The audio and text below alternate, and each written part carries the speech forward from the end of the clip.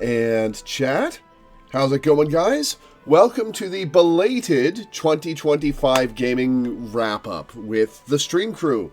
Let me bring them on. Beep boop. Laura's about to Hello. start. Hello. Hey.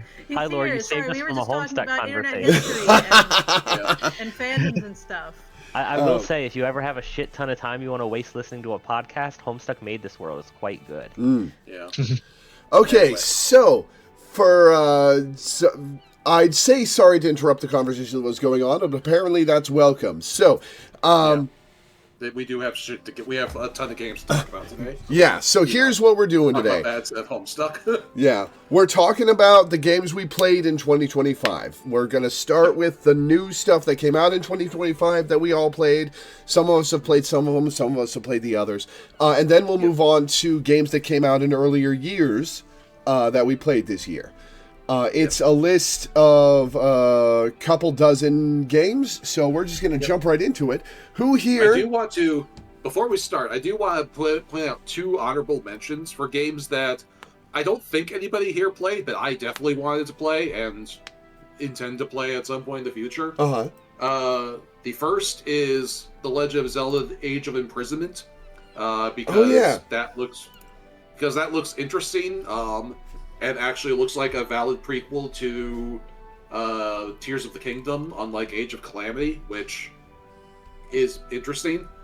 We actually found a copy of that on clearance for $30 at Walmart a couple weeks ago. Yeah, that's kind of wild, because Nintendo doesn't fuck like that normally. Yeah. Well, it was Walmart. It was probably Walmart clearing out stock that wouldn't sell, so... Yeah, probably. But the other honorable it's like Age of Imprisonment. Like, Age of Calamity is good, but it is like, I can't talk about without talking about spoilers. But it is not a prequel to Breath of the Wild. It just is not. And if you've played it, you know. It's just some other. I love a time travel fix at AU. I love it, but like Age of Imprisonment actually like has a story that feels like it feeds into Tears of the Kingdom and adds to it, which is good because Tears of the Kingdom had a lot of holes in its story that could be filled in by interesting stuff. And Age of Imprisonment does that, so that sounds amazing. And the other honorable mention goes to Marvel Cosmic Invasion, which we will be playing this time next week on stream. So hell yeah. What's that about? I don't think I'm familiar. It's like it's a side-scrolling beat-em-up like TMNT Shredder's Revenge or the old X-Men game or Turtles in Time or whatever, but it's various Marvel characters fighting a nihilist. And I believe it's being made by the same people who did Shredder's Revenge and Streets of Rage 4. You are correct. So it promises to be very good. Pedigree. Those are my two honorable mentions for games that we haven't played, but did want to just shout out. Awesome. All right, let's start with the 2025 games. We're going roughly in order they came out this year. So we're going to start with Blueprints, which I played a couple hours of and thought was very cool, and then never got back to. Participate in. What? We're starting with a game I can actually participate in. I love this game. I also played this game this year. I did not play a ton of new games, but I did play this one. Yeah, what I played was very good, and then I just never got back to it. Yeah, it's interesting. The game kind of took me a while to like click with, but I kept coming back to it. Like I was like confused and kind of frustrated, but I kept wanting to play because there's like, so okay, to give you guys, so which of you guys have played it besides Lore? I have not played it, but I know the gist of it. I am not actually familiar with it. Okay, so so Blueprints is basically a roguelike game where your progression is that you are going through a very weird fancy house that you have been gifted by your great uncle, and you are trying to find a secret hidden room, and in order to do that you have to go through the house and place rooms as you go through it. And that's the roguelike element. And each room has like little bits of puzzles and mysteries to like solve and put together as you try and figure out how to get to this secret hidden room. And there's a bunch of interesting story stuff that gets like revealed along the way, but mostly it's a roguelike puzzle exploration Roguelike puzzle game. Okay, so the name is obviously a take on Blueprints. Yep. Yes. Yes, Well, exactly. yeah. The name is Blueprints, as in the pun Blueprints. And yeah, it is a incredibly creative game. One of those games that got screwed over by Expedition 33, because like if Expedition 33 didn't exist, Blueprints probably would be Indie Game of the Year. Yeah, like that. This is a year where if Expedition 33 didn't exist, we would still have one of the most stacked Game Awards years ever. Yeah. Well, like, and the other thing too is that, like, as far as indie games go, like, I have a hunch that as AAA games continue to die a slow and ponderous crash as death, as like their whole business model crashes in this economy, there's going to be more and more overlap between the Game of the Year contenders and indie Game of the Year contenders until it is just a perfect circle.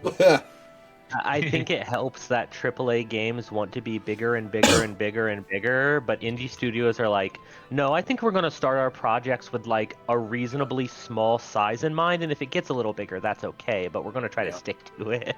Yeah, we've got a quality versus quantity thing going on. Yeah. Like it is. This has been like my hot take for a while now, that video game technology needs to stop developing better graphics and bigger game worlds and all that, and just needs to develop the technology to make games as quickly as they did in the 2000s.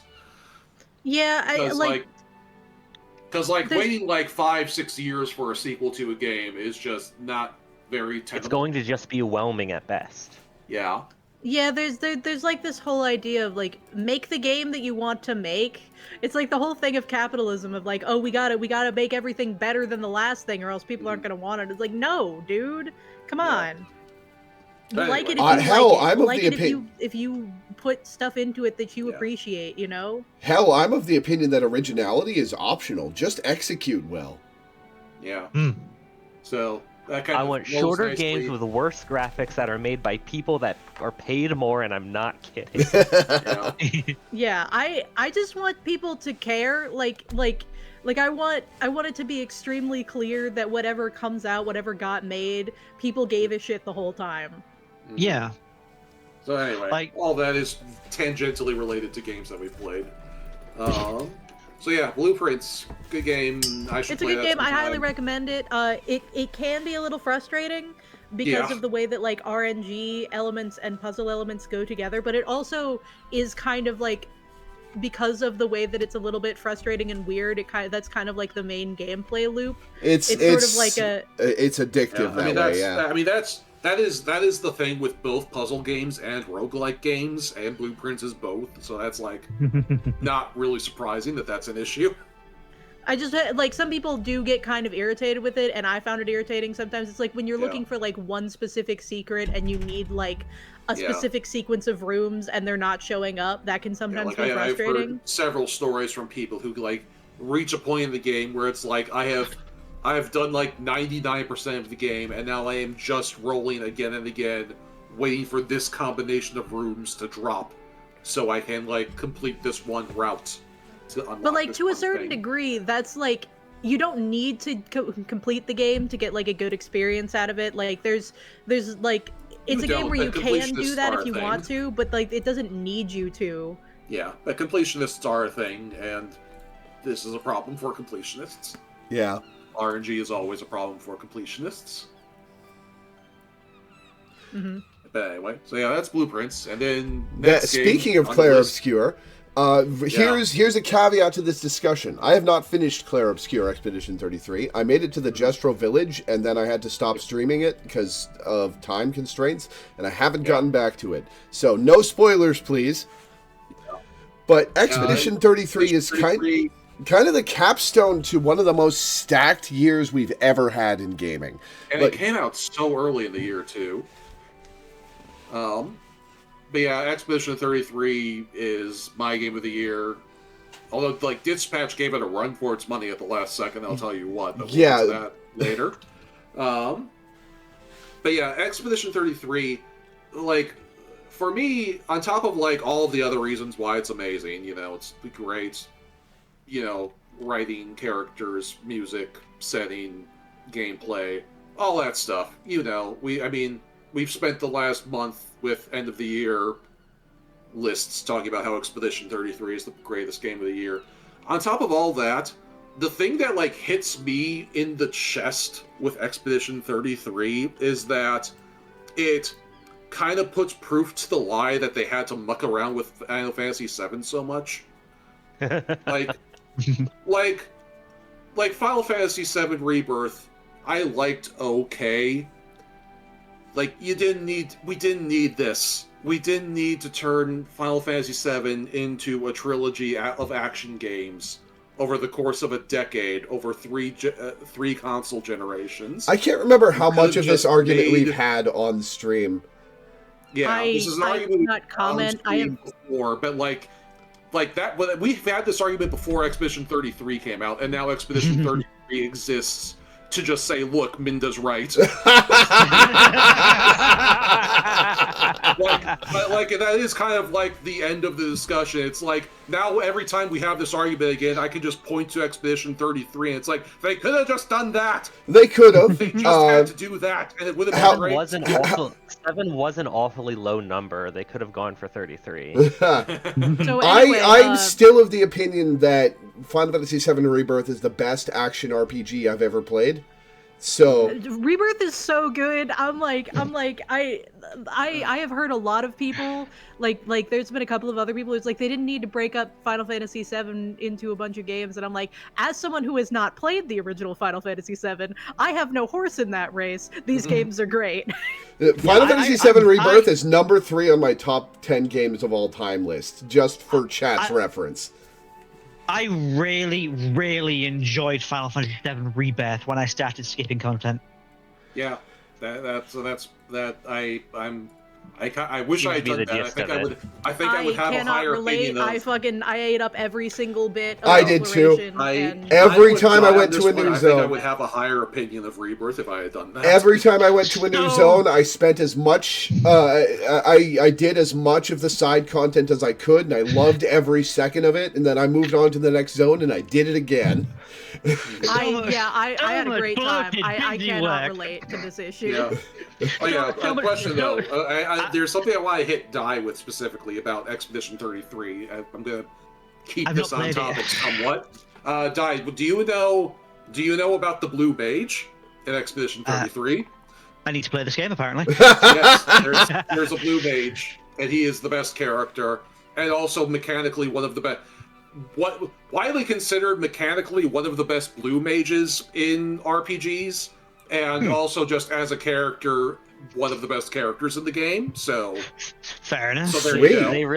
They really made tragedy Paper Mario Final Fantasy VII, huh? Yeah. I still barely know what Clair Obscur is. Like, I didn't know it was a turn-based RPG until like a month ago. I had heard about it. Yeah, it is a. So yeah, I suppose we will talk about. We'll. I don't want to spoil it because like the opening of the game is itself, you know. Oh yeah, that opening like 45 minutes sells you on the game forever. Yeah, it is. So, Clair Obscur is a. It is a okay, and there's an argument to be had about this. It is a JRPG to its core, and is made by a French studio, which is relevant because literally the first shot you see is just the Eiffel Tower that has been destroyed. I did know that it was French from all of the cosplays of French people at Dragon Con. Cosplays of French people, yeah. All right, I'll give you guys some time to talk about this. I'm just going to take a bathroom break, so don't worry about spoiling me for that period. Well, you got to worry about spoiling me. It is a JRPG set in a world that has been beset by a mysterious entity called the Paintress, who has basically upturned the world and turned everything into a weird, abstract art project of a setting. So the whole world, everything in the game looks really surreal and interesting. and you play as one of the few survivors from France, just straight up Paris, trying to like make your way to the Paintress and find her and stop her before she, kills everyone, because she keeps like annually zooping. Yeah, I thought we didn't give a shit about spoilers. Wait, what's going on here? Do we care about spoilers or not? I just said that the opening of the game hits really hard, and I don't want to spoil it. I don't really have any plans to play the game at this point. Okay, yeah, let's tell the premise, which is that... And I have heard the annual, situation. Okay, yeah, that's what Minda was trying not to spoil.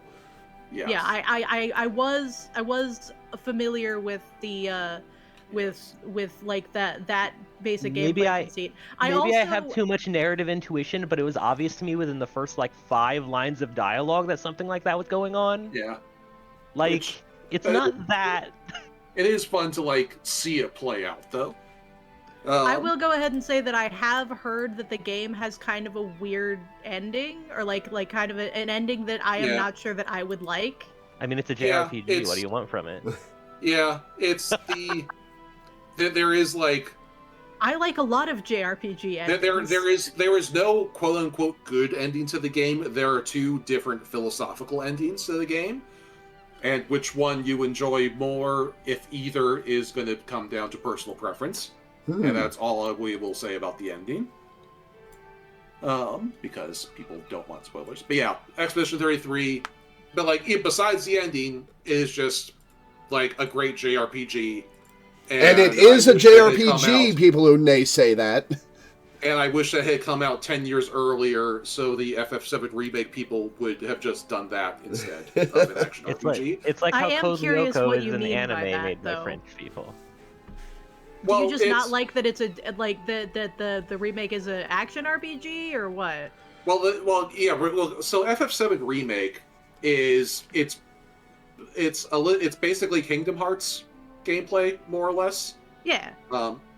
And Expedition 33 is an actual classic turn-based JRPG, Persona. In fact, the UI is very clearly inspired by Persona. The contention that people have with the Final Fantasy series in its modernity is that they've abandoned traditional JRPG presentation and mechanics in favor of trying to trend chase and be an action RPG and trying to fit modern audiences, whatever that means, instead of doing what we know works and what people love about Final Fantasy. Now, I think that the remake games are fantastic. That's what Octopath Traveler is for. I think the remake games are fantastic, but I do agree that they need to do traditional JRPGs more often in the main series. I'm not mad about the I didn't play Final Fantasy 15 or Final Fantasy 16, but I'm sure that I don't as a Kingdom Hearts fan, obviously I'm not against action RPGs, but Square Enix does put out plenty of turn-based RPGs. They're still making Dragon Quest. They make Octopath Traveler as a thing. So it's I feel if they want to experiment with Final Fantasy, with their biggest money-making franchise, go for it. The last turn-based Final Fantasy game came out in 2009. Yeah. I thought Dragon Quest made them more money. Dragon Quest probably makes them more money in Japan, actually, now that you mention it. I was gonna say, I thought it was Dragon Quest. But yeah, the last turn-based Final Fantasy game came out in 2009. It's been a while. Assuming mainline. Oh, that's fine. That was last year. So wait, which game was that? Which are you counting as that? Final Fantasy Happy 13. 2010. Sorry, what was that? Final Fantasy 13, to answer Love's question. Okay, but what about the Final Fantasy 13 sequels? Oh, right. I forgot about that.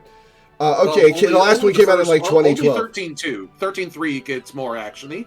It still uses an ATB system. I feel like it's still it's not that much different. Yeah, it's very. I feel I guess actually Lightning Returns is probably closest to the 7 remake stuff. Yeah. So that guy's kind of check out. But 13.2 just uses the same battle system as 13. Yeah, 13.2 uses the same battle system. Lightning Returns is a whole other animal. Okay, so what? 2011 then? Yeah. Yeah, I mean that is if you're only counting the main line. Yeah. Which plenty of turn-based spin-offs. Yeah, well, there have been spin-offs, and a lot of turn-based re-releases. mobile They games. re-release the classic Final Fantasies every couple of years in various collections and things. The pixel remasters are excellent, I will say. Anyway, that's a whole other topic. But yeah, Expedition 33, great game. It has deserved all of the accolades and has ruined Final Fantasy for me. So there you go. That's my recommendation. I try not to let things ruin other things, but that's just me. Yeah, I mean, I don't like it that's how that works, but like that's just where I'm at. Like, I don't know how else to say it, except that's just where I'm at. Like, I actually haven't played that many Final Fantasies. Like, I've toyed with a couple of them. I love 4 and I love 10, and I've played 9. Those are the good ones. Like, those are the ones where they're like, my enjoyment of those is reinforced by Expedition 33. It's the modern Final Fantasies that have an issue. It's like 15 and 16 that I'm giving the side eye to every time I boot up Expedition 33. Teddy has a question for you, My mom has played 15 love. and 16, and she has complaints about them, but she also has things that she likes about them, so... Yeah. Teddy has a question for you, love. Have you played Final Fantasy 9? I opened it. I don't. Okay, so I bought it. I have it. I have played the first couple of hours, and then I fell off of it. Damn, sorry to hear that. I probably I know that I will like it if I get into it. Like, it does seem fun. Like, the characters seem neat. Best characters in the franchise. But it didn't really grab me, and I lost to the first boss because I didn't realize what I was supposed to be doing.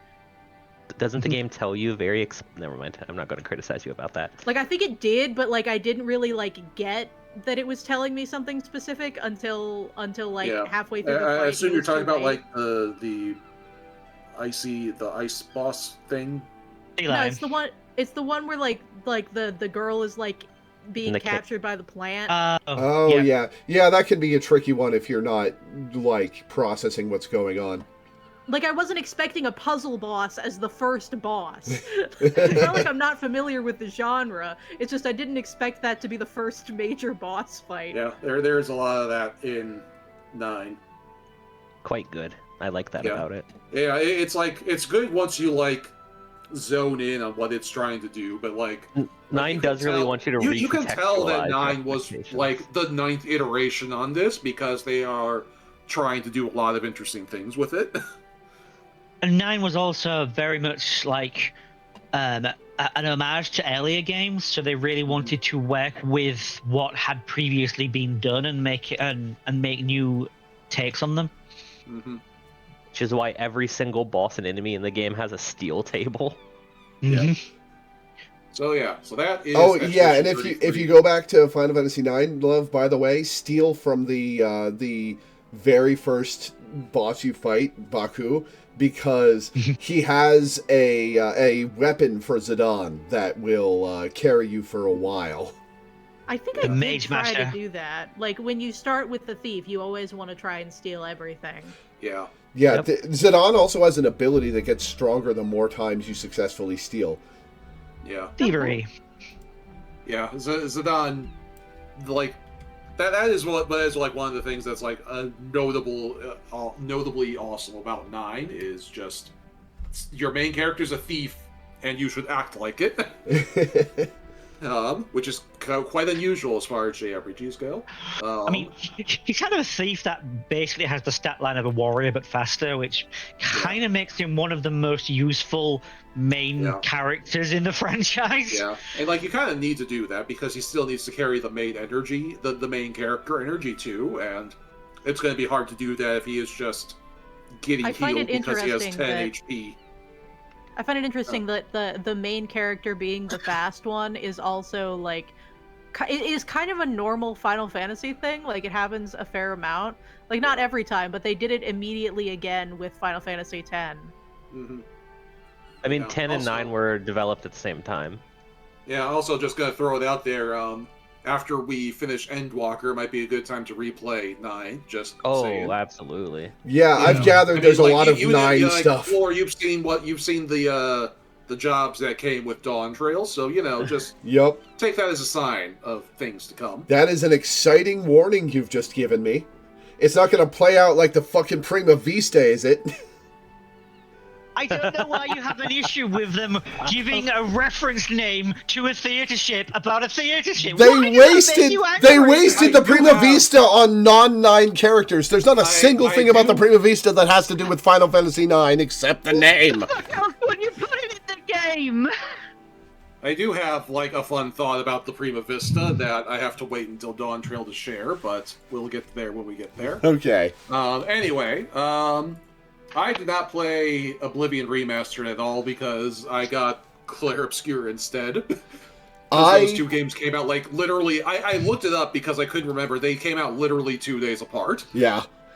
Oblivion Remastered is this year's best shadow drop. It's just Oblivion Remastered. It's got a fresh coat of paint. Yeah, are we going to count Silk Song as a shadow drop? No, Because that they had gave 2 us, like- weeks of lead time. I mean, 2 weeks is not a lot of lead time. Well, Shadow Drop is stuff like Hi-Fi Rush that came out like later that day. Okay, all right. That was insane. That Yeah. was what? What do you mean this is a new game and it's coming out now? Yeah. Yeah, Like right. Shadow Drop is now or imminently, not 2 weeks from now. All right, that's fair. I will grant you that. But yeah, Oblivion. Remember when the shadow dropped the Sega Saturn and no one knew that this was going to happen, including Sega. So they just had to panic. Mm-hmm. But yeah, Oblivion Remastered. It gives the original game a new coat of paint, graphical overhaul, character creation overhaul with lots of new slider abilities to make horrors the way that Monster Factory would be proud of. And it fixes it specifically does not fix any of the fun bugs so that people can still play with them. It fixes the leveling system so that you're not incentivized to level as little as possible. It records a little bit of new voice acting, but other than that, it's just Oblivion again, and it's wonderful. That's my favorite Elder Scrolls game and one of my favorite RPGs of all time, and it was so fun to play through it again. Brought back a lot of memes proving that the internet is horny for fire elementals. Apparently, See, I always kind of hated Oblivion, so I kind of skipped that. Yeah, Like, were you a could not Morrowind stand the fan? original. Were you a Morrowind fan? No, I've never even played Morrowind. Oh, In fact, you're telling me Morrowind's the that only you- one I haven't tried. Are you telling me you weren't excited for the return to Oblivion? Oh, honey, I return to Oblivion in through, thanks.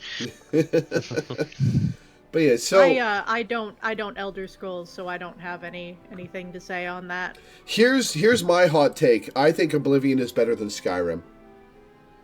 I actually enjoy Skyrim. I don't enjoy Oblivion at all.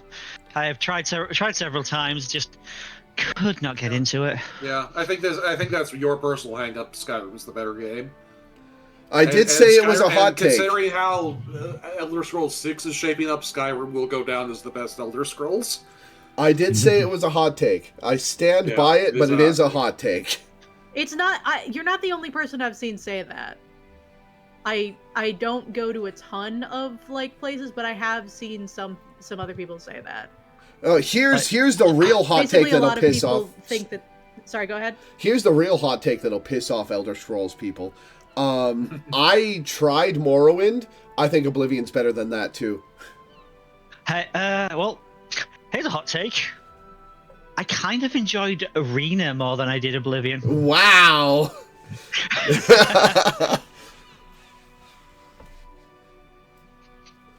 I got further into it, yeah. for one thing.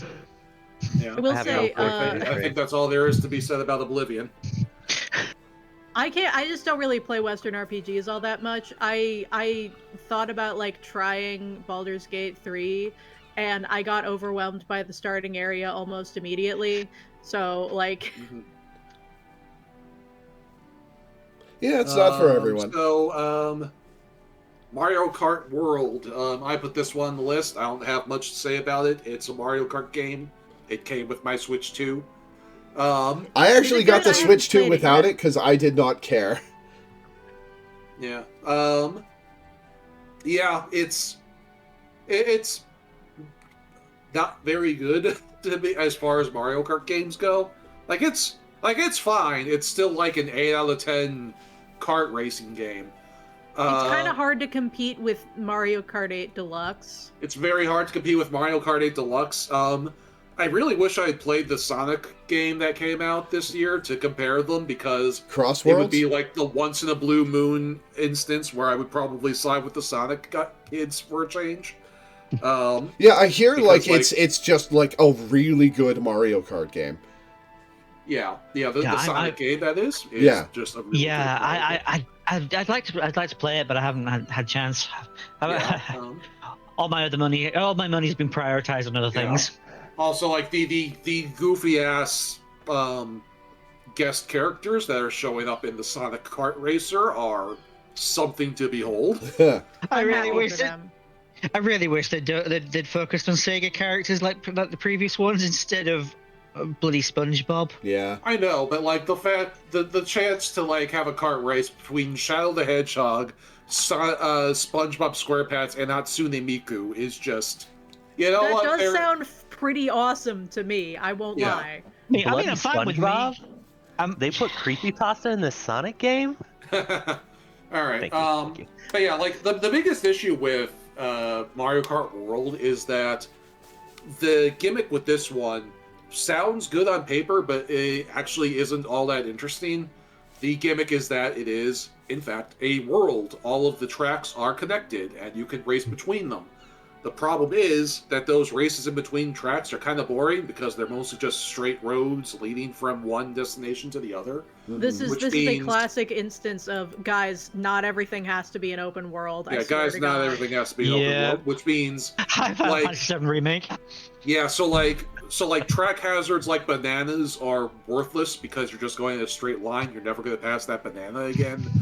And also, like, it's a straight line, so like speed becomes like the only stat on a kart that matters because you're just going straight as fast as you can. There's no, there's not a whole lot of value in learning all of the cool tech that you can with these kart games of how to like turn and boost again and then turn and do that. From what I have heard, the actual tracks are all pretty good.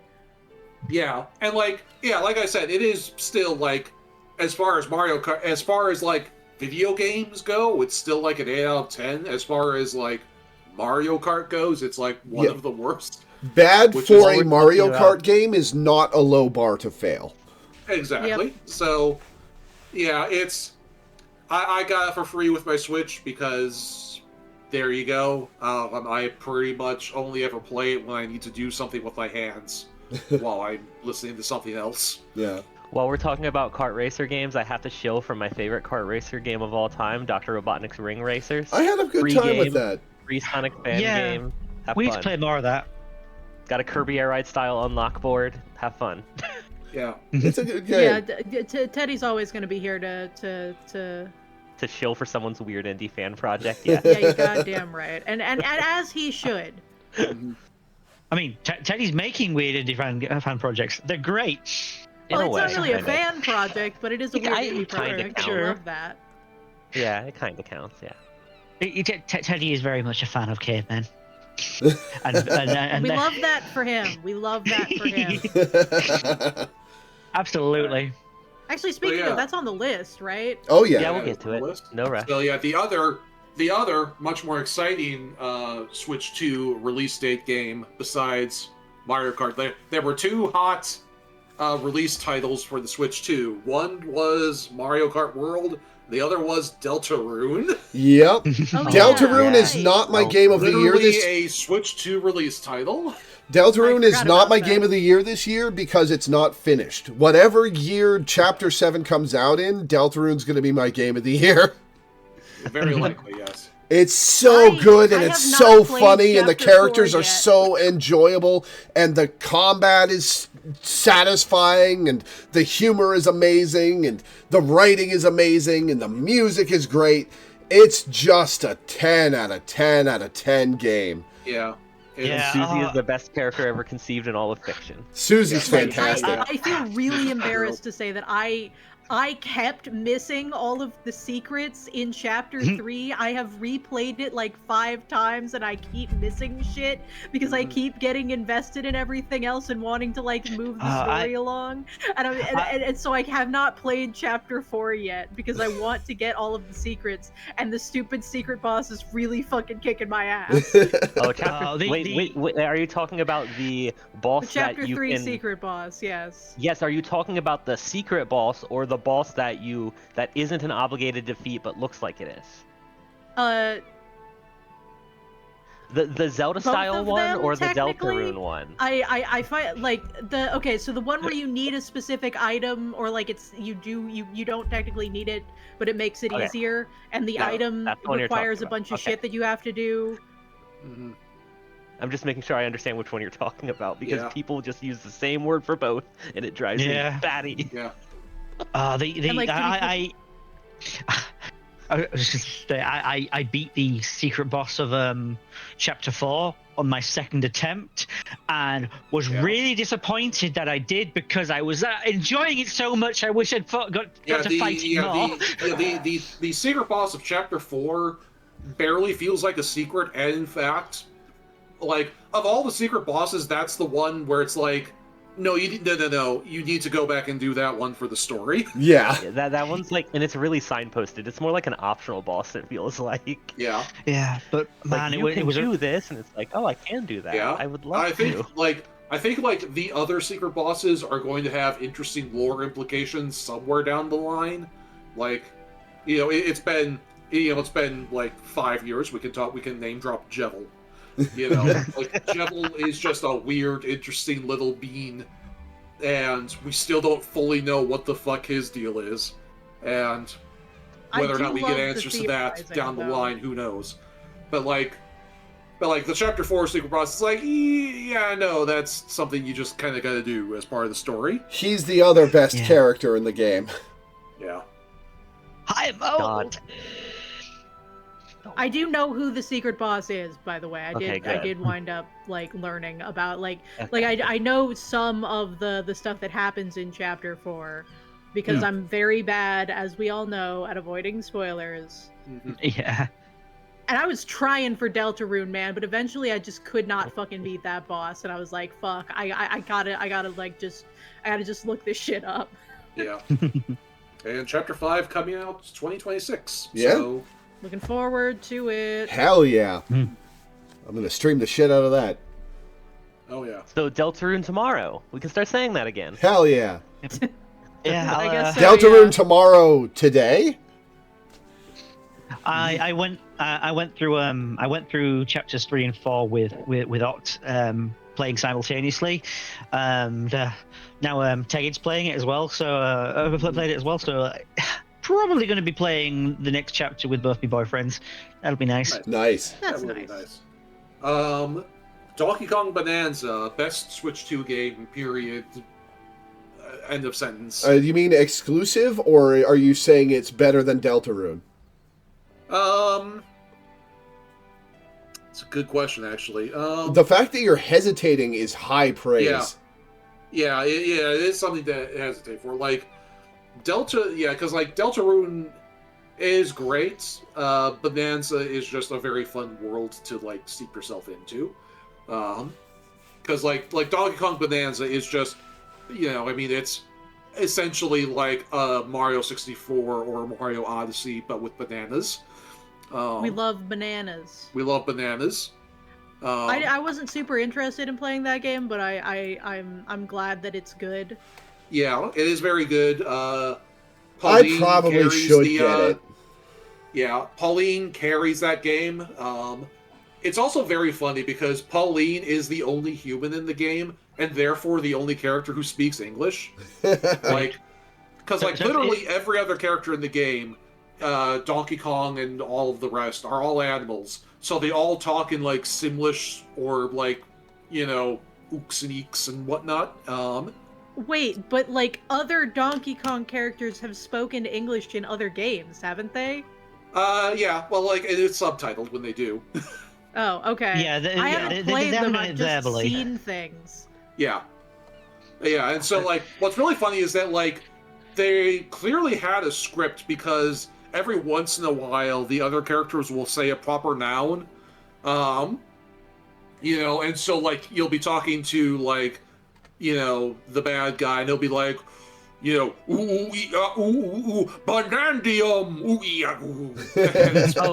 So Lim Doom Su Tavuk General Scales. Yeah. Okay.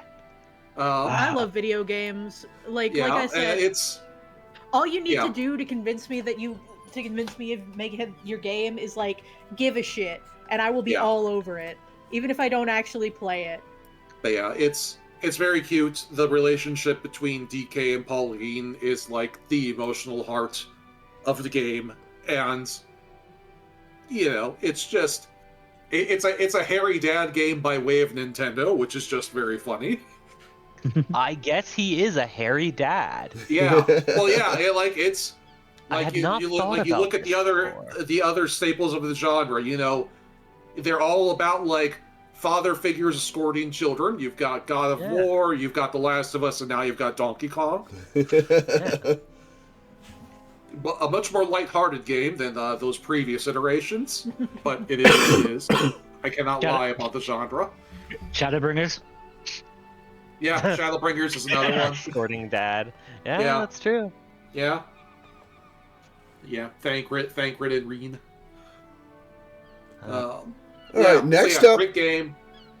Yeah, great game. It's whether or not it's enough to justify owning the Switch is going to come down to personal preference. But like, if you own a Switch, you should own Donkey Kong. I'll keep that in mind.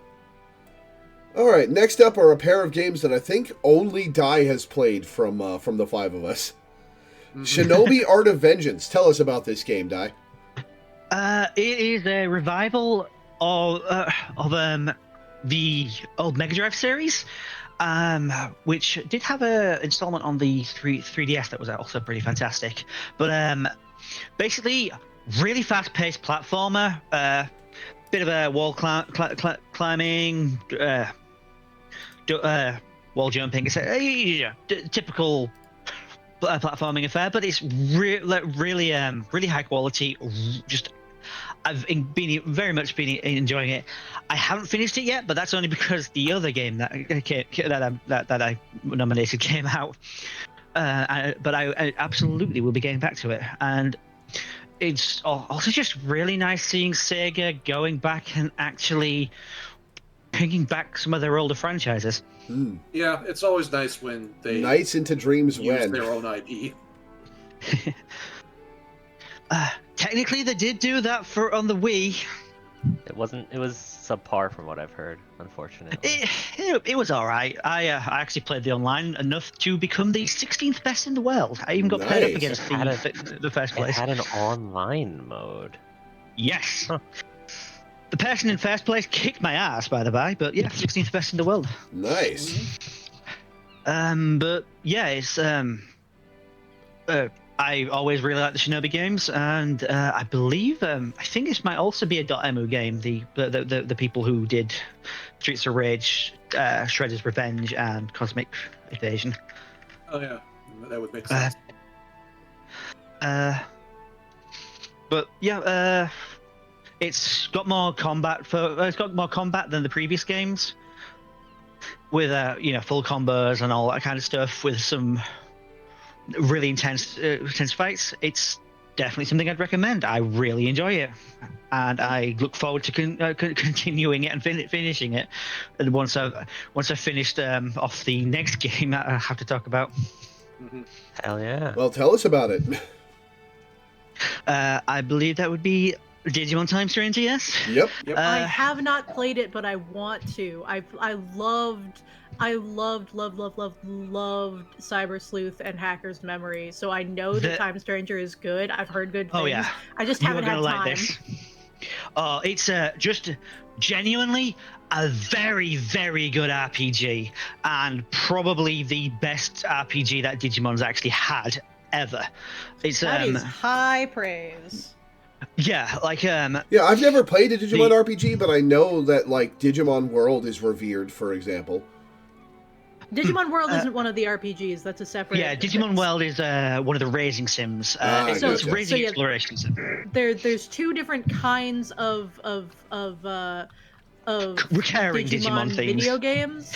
There's the ones that are the digital pets with like some other stuff happening around them, and then there's the ones that are RPGs. And generally, the Digimon, like when they got like localized, some of the RPGs got Digimon World like attached to them, but originally in Japanese it was Digimon Story. Yes, and whereas the Wells games were the racing sim ones. Gotcha. Yeah. Because and so like Digimon World DS and Dawn and Dusk, those are RPGs. So you might have heard of those. Those are pretty good games. They're like. And in Japan, there were Digimon Story, Sun and Moon, which did mean when Pokemon Sun and Moon came out, Digimon fans had a popular joke at the time. Yeah, I like those games are good, but they don't are worry, kind of we'll get to the also. Digimon Pokemon jokes when we get to ZA. But there is a lot more strategy required in Time Stranger than in a lot of the previous games. Like, almost all of the bosses have some sort of unique gimmick that you have to strategize around. Ooh, that's cool. Like, some of the bosses in Cyber Sleuth had stuff like that, but it varied a fair amount. Like, the Kentorasmon boss fight fucking killed me. That took me so long to figure out. I actually found that one relatively easy just because I had an error of Idramon, so it just immediately got my entire team free turns, so that kind of worked out. But one example of Time Stranger, I won't say what the boss is, but it cycles between several phases. One, it will reflect all physical attacks. One will reflect. Yeah, one phase it'll reflect all magical attacks. And, I mean, I was gonna say Spheromorph, but yeah, Seymour also does that. I forgot. So yeah, he cycles between the phase where he's immune to physical and immune to magical, but then once you've dealt with those two phases, he then enters a charging phase where you've got to do enough damage quickly enough to break his attack, or he'll blast the entire party. Ooh, those. And then he becomes extra vulnerable before looping back to start. So you've got to have built up. You're constantly switching up between your physical attacks, your magic attacks, your damage burst phase, and blah blah blah blah. Specifically, you have a party of 6 Digimon at a time, and you have 3 in battle at once. But you can swap between them at any time. Also, interestingly, every single turn, you the tamer can use an item for free. Not for free, but without using a turn up. As a result, that's different, right? That's like new. Yes. So like you every Digimon turn, you can do a tamer action and a Digimon action. All right, we're getting very into the weeds of this conversation. Yeah. Well, I'm just saying, as a result, they're often quite brutal with the damage that they're doing, because they know that you can also can always mitigate it. Yes. So that's cool as hell. I will be honest. Yeah, I really enjoyed it, and it's I haven't played a huge amount of games this year, but like it's definitely I've really enjoyed this one, and I still have the DLC to do, which Ryu was kind enough to get me for Christmas. Nice. Cool.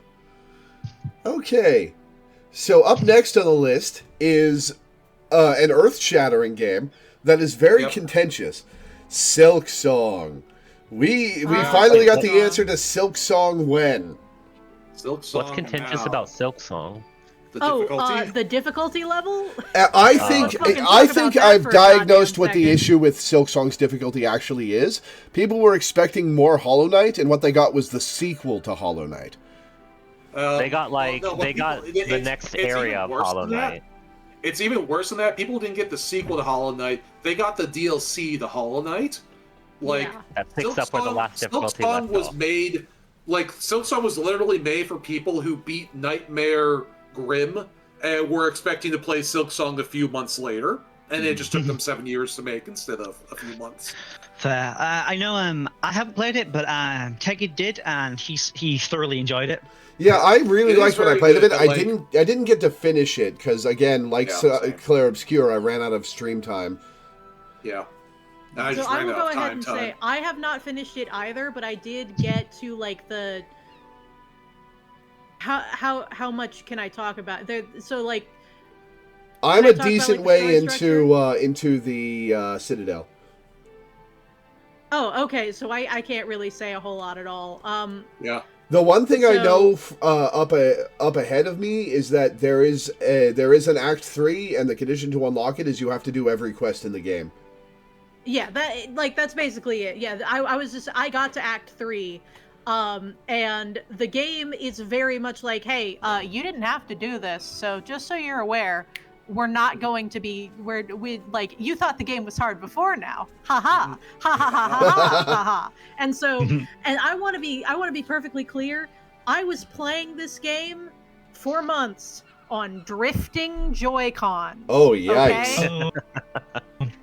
And so like I have gotten to like the big main story thing where you have to beat like a bunch of bosses to so like here's the thing that I have about this game. It's a good game. When I'm playing this game, I'm having fun. I love playing this game. But like what happens is I go and I explore an area. It's really cool. I love this area. I find a secret. I'm like, oh cool, what's my reward for the secret? The reward is a boss. The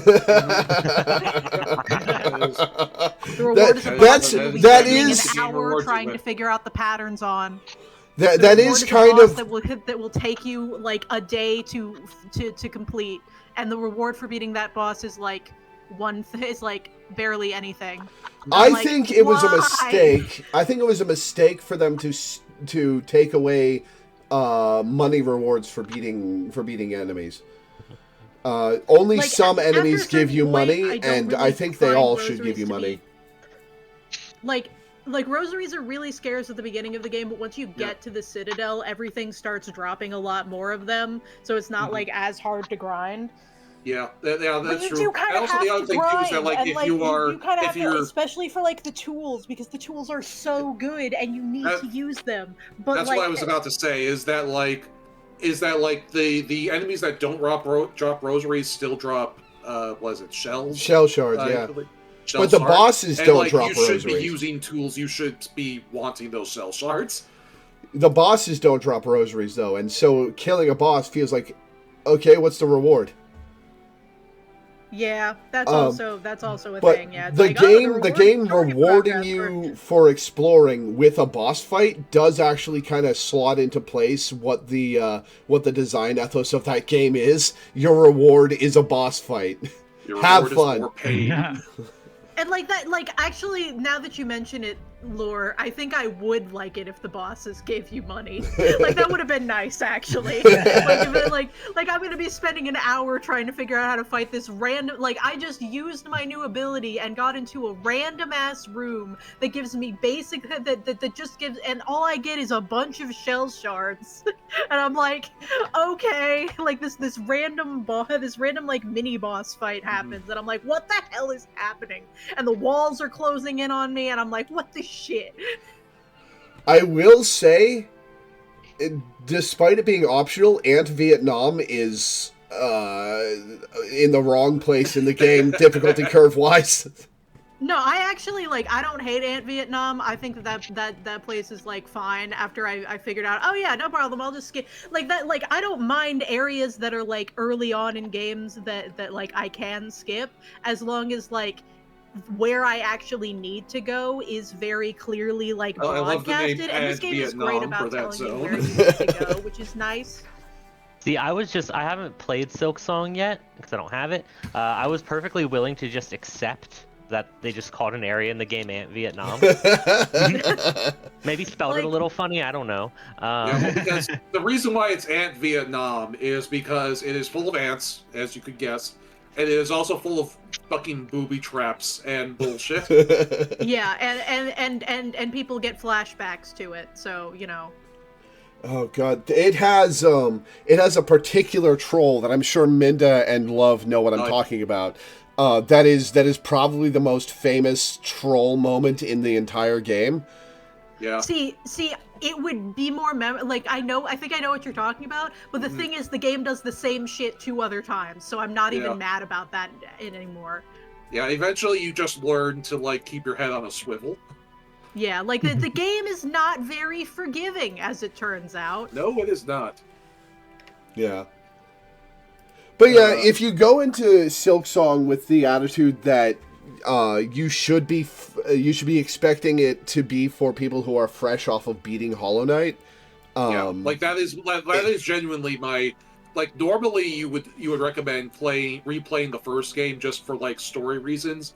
Genuinely play Hollow Knight first for practice as a warm up. Yeah. Mm-hmm. Play Hollow Knight, get to the end. Like don't even just play Hollow Knight. Beat some of the DLC bosses from Hollow Knight. You know, you don't have to beat the what is it called? Like the Heaven. The Radiant Pantheons. Yeah, you don't need to defeat the whole Pantheon, but like beat the first few bosses of the Pantheon before you try to get into Silk Song. Yeah, like okay. I will go ahead and say that I think Silk Song opens fantastic. I think that its opening area is perfectly suitable. I think that it's just fine.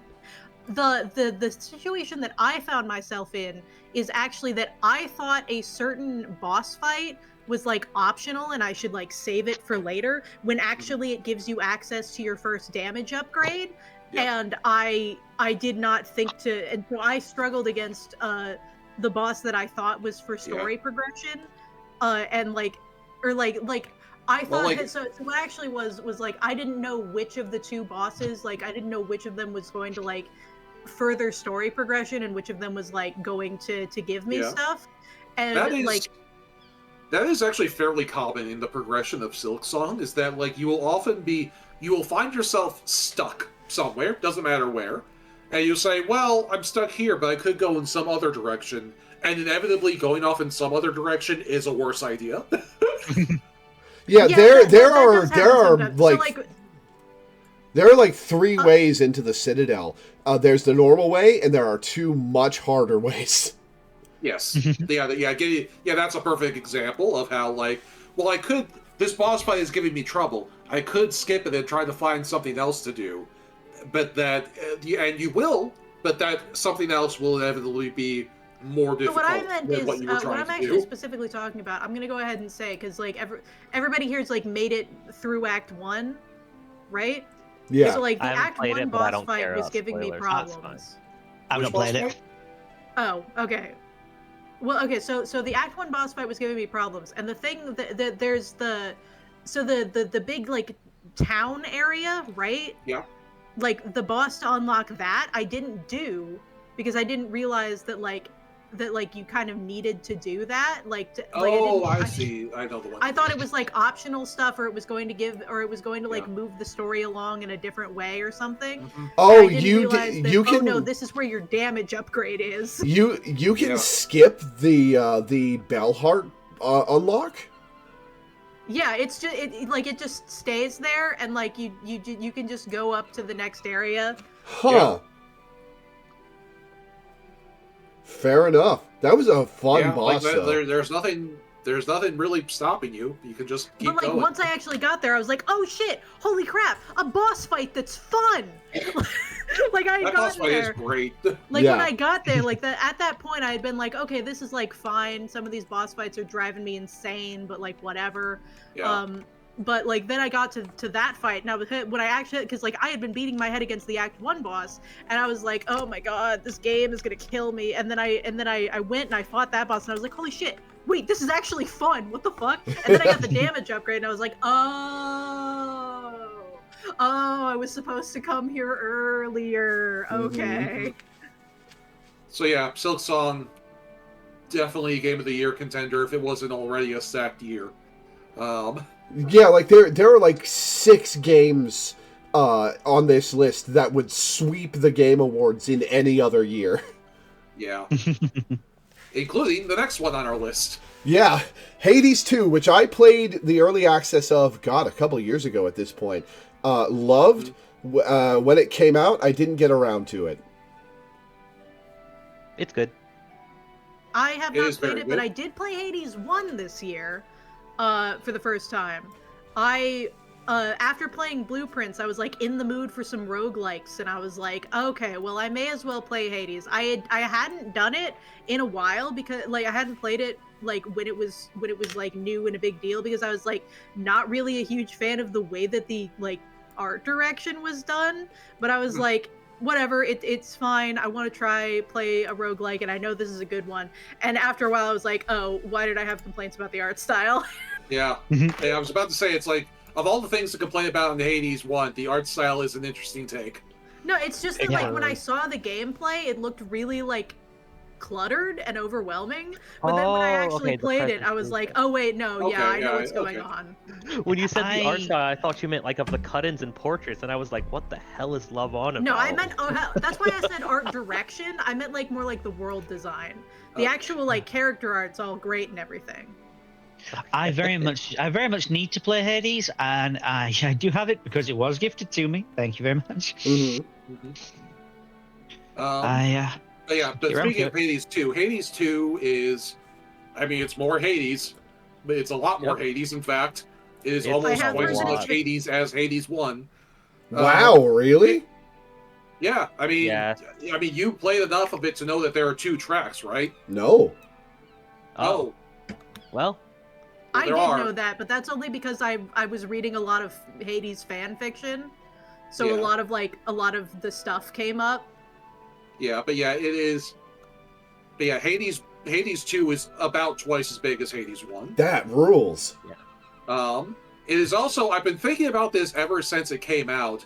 I think Hades 2 is quite possibly the best Witch video game ever. Yeah. Like, just, like, literally, like, with no other, qualifications or whatever. Like, if you want to play a video game where you are a witch, the Hades 2 is the best one, period. It's hard to get better than, like, the goddess of sorcery and madness, yeah. Yeah, it is hard, it is hard to find a better character than the goddess of sorcery and madness, who routinely talks to Circe and Medea and Hecate. And Hecate, for crying out loud. And a giant frog. And you have a pet frog, and you create potions in a giant cauldron. And you curse your enemies, and you care about nature, and... Yeah, like, it is, like, of all the video games where you get to play a witch and play out the witch fantasy. Maybe the witchiest video game of all time. Yeah, my one complaint, which I can't get into so much because it's spoilers, but like, I think Hades 1 has a better ending than Hades 2. I had heard things about the ending. That was actually one of the main reasons why I was like hesitant to play Hades 2 when it came out, because I was reading fanfic and I heard about the ending and I was like, maybe I won't. I'm in the camp of people that didn't mind the ending just because it feels like with every character involved in play, it feels like the only ending that could happen. I mean, yes, but that doesn't mean I have to like it. Yeah, that's true. Like, it feels like a natural ending, even if you're like. Well, like, and like, even if it does, it's, and I wouldn't even say it feels like a natural ending. It feels like that feels like too defeatist of a statement. It's like, well, it had to turn out this way. And it's like, Hades 1 ends with you getting, a happy ending for fucking Sisyphus. Like, I don't think You know, like I Fair don't enough. think we are beholden to a lot of rules here. Yeah. As an aside, Still a good ass video game. Still a good ass video game. as an aside, I did hear speaking that of like after people like had outcry about the ending, they were like, okay, we'll add some stuff in the next update to like. Well, like They it's added it. they had to have had that cooking for a while because like the update they added so much to the ending that I don't believe it was a reaction to fans' response. It was 100% something that they just couldn't ship in time. That happens sometimes. It happens sometimes, but like it is a little annoying because it feels like 1.0 was they were being dishonest about 1.0 being 1.0 because the ending was literally unfinished. But you know, it is what it is, and the ending we got is the ending we got. And I still don't particularly enjoy the ending, but at least it isn't broken like it used to be. So you know, that's all there is to it. As an aside, speaking of witchy games, I would like to shout out Potionomics as the witchiest game I've ever played. Oh yeah. Which is a stellar game, by the way, where you are a potion seller working to pay off your uncle's debt. And you craft the potions, and you make friends with people in town, and Stardew Valley, but potions? You can date one or all of them at the same time. So yes, Stardew Valley the potions. It's the gameplay loop is you get ingredients, you make potions, you sell the potions for money that you use to buy more ingredients and upgrades for your facilities and make more potions. And by the end of a 10-day cycle, you have to have specific potion types ready to go for a competition. And the gameplay is you haggle. You have a deck of haggling tools that you assemble from both the starting stuff you get and from cards given to you by the people you befriend, which are... Oh, what, it's also a card game? Yep. Hell yes. Oh yeah, Potionomics is great. It's only not on this list because I haven't finished it yet. I'm only 4/5 of the way done with it, but Potionomics is fantastic. I love it. I highly recommend trying it out. If it sounds at all fun to you, go for it. I probably will then. Damn. And if you end up not liking the haggling minigame, the game just gives you a way to skip it entirely. Really? Yeah, Potionomics is another game that I've been meaning to get to at some point because it's fantastic. Because it looks very good. It's fantastic. And when I finish Hades 2 eventually, I'll be able to compare it to Potionomics and see which is the witchier game, because you are pure essence of potions witch in Potionomics. Yeah. Anyway, that's Hades. Up next is a game very near and dear to several of our hearts. Teddy's game, Caveman Caravan. Hooray! I still need to get it. I'm sorry. It's fine. It's just a game I made. It's a $5 game. It's a simple game. It's my first game, so I think it's fairly good. I think it's worth $5 at least. Mm-hmm. And I agree. I'm happy with what it ended up being. It's a, I guess you'd call it a roguelike deck builder, where you place resource tiles on a grid, and have to hit resource thresholds to advance to the next stage of a journey. And it's pretty satisfying to puzzle out. And I'm a secret character in it, which was revealed to me on stream after I finished my first run. Yeah, that was fun. Which is one of the coolest things anybody's ever done for me. So thank you for that. Caveman Caravan is $5 on Steam. It's great. It could use more attention. Go give it a try if you haven't already. Yeah, I mean, right go play Teddy's video game. I still haven't played it because I don't have a lot of money to spare at the moment, but it looks very cool. My friends need to stop apologizing to me for not buying my video game. And depending on when you're hearing this or watching this, during the Steam Winter Sale, it's on sale. So it's like $3 and some amount of cents that aren't immediately hopping to mind. Absolutely worth it. Go grab it. How many people have bought it, Teddy? People have purchased it, yes.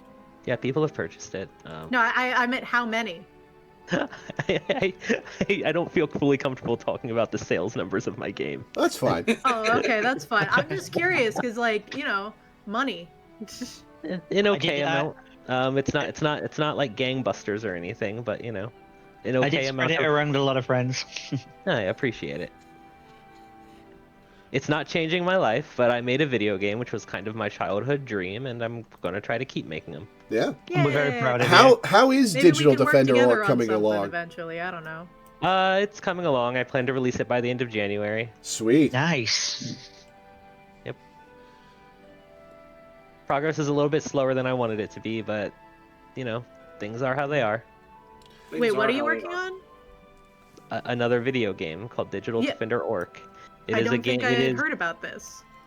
It is a turn-based tower defense game Ooh. where you play as a digital intelligence that in the cyberpunk future year of 2000 and what did I say, 2001, 2000X, 200X, yes. In the cyberpunk future year of 200X, you are the digital intelligence orc, a reformed.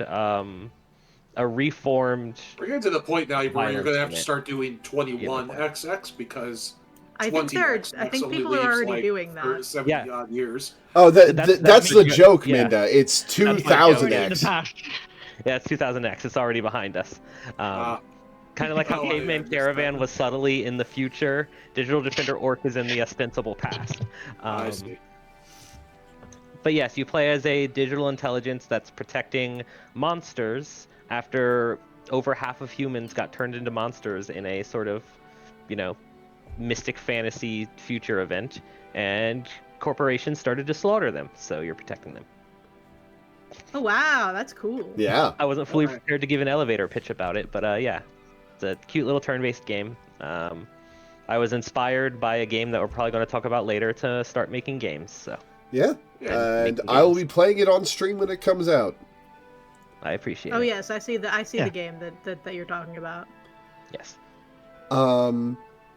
Okay, so the next game on the list I think is one that only I have played at all, and I haven't finished it. But I wanted to mention it because it came out this year, and it's a fascinating mess. The 100 Line Last Defense Academy has an intriguing premise where humanity is in an underground bunker to protect from some unknown threat, and you get pulled out of that bunker to help fight it off and protect an unknown thing that is supposed to save humanity. It's got cool mysteries that are frustrating because they keep getting dangled in front of you and then yanked away. It's got cool gameplay. It's kind of a turn-based strategy game. It's got the trappings of a tactics-esque RPG, but with a different level-up system. And it's got one of the least likable casts of any game I've ever played. Yeah. Damn. Well, it's the Danganronpa people, so like, what do you expect? Well, I've only the only game by the Danganronpa people I've played is Danganronpa 1, which I'm only partway through, and those are interesting characters that are a little over the top, but they're interesting. If later Danganronpa games are like the 100 Line cast, I'm not sure I want to play them. The 100 Line is dragged down a lot by Shoma, who is one of the worst characters I've ever experienced in a video game. But there are a bunch of unlikable assholes in that cast, and it is frustrating. And it's a collaboration between Kodaka, who's the Danganronpa guy, and Uchikoshi, who's the Zero Escape guy. But I've felt barely any of Uchikoshi's influence in the game so far, which is super disappointing because I love the Zero Escape games. I don't know. It's a mess. I know how that can be. Yeah. Yeah, from the outside looking in, both it and Danganronpa look like that they are it's a very divisive taste. Like, you're either into it or you're not. Yeah. But oh well. But oh well. Yeah. Anyway, I wanted to bring that up. Moving on to a game that Love has played, and I don't think any of the rest of us have, Pokemon Legends ZA. I have not. Wait, none of you guys have played it? I got it for Christmas and haven't played it yet. I refuse to play it on principle because I got sick of Pokemon shit a couple generations ago. Yeah, I kind of dropped out of Pokemon fandom resident at this point. sycophant of Pokemon on this channel who cannot not play a Pokemon game. Yeah. I will say I was originally trying to save up for a Switch 2 to buy it and play it on the Switch 2, but then I got laid off, so I wasn't able to do that. So I just bought the game because I was really sick of hearing all of the people shitting on it constantly, and I was like, fuck it, I gotta play the game so I can actually get like a reasonable opinion of it from like from my own perspective instead of hearing people argue about it for a month before I can afford the Switch 2. And so I played it, and it's a very good video game. I think that it is a solid, good video game. I am the #1 proponent of not every game needs to be an open world, but also every game that I've said that about has then come out and then I've liked it. I'm like, Pokemon doesn't need to have an open world. Legends Arceus is great. Final Fantasy doesn't need to be an open world. I love Rebirth. It's great. Here's my hesitation about ZA is that the gameplay loop I really liked about Legends Arceus was the Pokedex and catching gameplay loop. I liked the research tasks. I liked having that stuff that was occasionally busy work, but was fun to fill out and really felt like you were in the role of a Pokemon researcher. Couple that with the gameplay where you're sneaking around and having to deal with the Pokemon directly, and I love Legends Arceus. It's my second favorite Pokemon game of all time. And those things have apparently not carried over into Legends ZA. They have, but in different ways. So, like, the way that it is a very different game from Legends Arceus, and I understand why people were like, why is it called a Legends game if it's not even about the past? And I'm just like, because it's about a legendary Pokemon, duh. Like, it's also about the future instead, so there's like a thing there. Yeah, it's about like, it is about the past in a certain way. It's about like moving from the past into the future and like about accepting your mistakes and moving forward and all that junk. It's like it's a very solid narrative in my opinion. And I think that it, as someone who recently replayed X and Y like a few years ago and realized that actually those games are pretty solid for what they are. They just were rushed and definitely had some problems. I felt like this game was everything that I wanted it to be, everything that I needed it to be, and as someone who has like always liked Lysander, I knew that he was going to show up because like they can't make this game and not show him.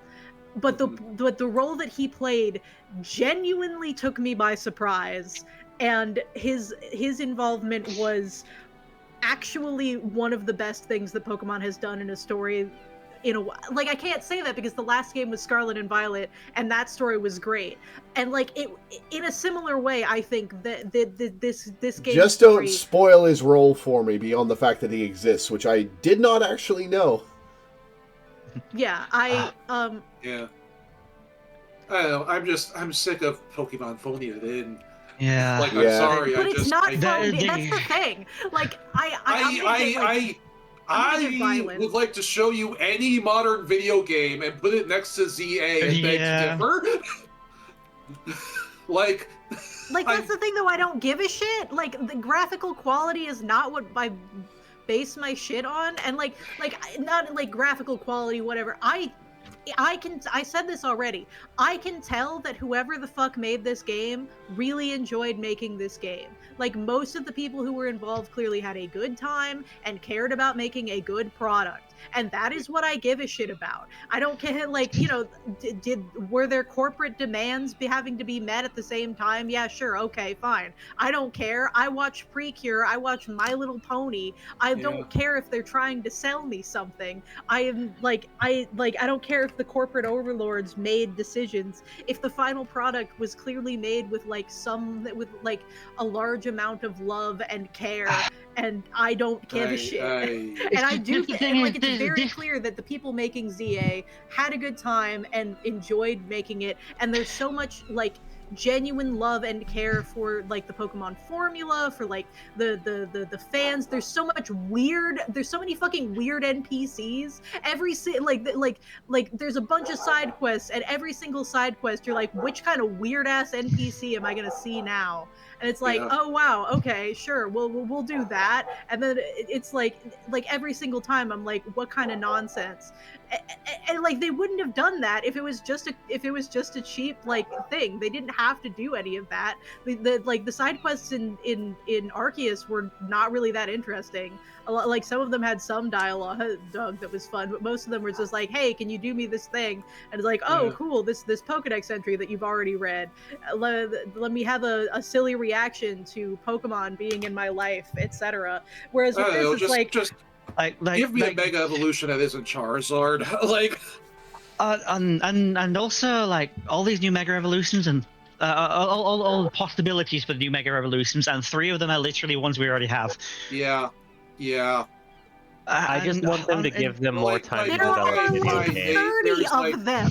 A tenth of them being some ones we already have is not a huge deal for me. Like, I don't can understand why acknowledge people. that, like, they're like, and like, I have seen people like talk about like some of the cool, quirky side characters, and like, okay, that's nice, but like, as far as like the Pokemon of it all, like, it's like the Pokemon of it all just is so tired.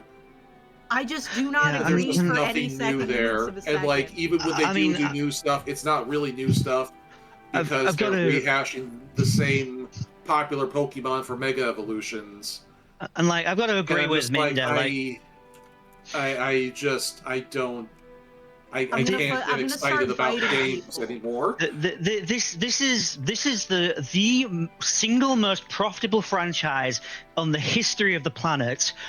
Why is it constantly being outdone by much smaller devs? Because look, I can be realistic about this, and I can tell you the reason is because their budget goes towards marketing and planning and plushes and like, hosting live events of like, I think you're underselling of stuff. Like their money goes towards other shit, and it's also like wrapped up in a bunch of like levels of bureaucracy that don't make any sense. And I'm not saying that any of that isn't true or is like, or like you're necessarily wrong for thinking that's stupid. It is stupid, but I don't think that the actual games themselves have actually suffered that much. I think you're underselling just how vast the rift between marketing budget and game budget is.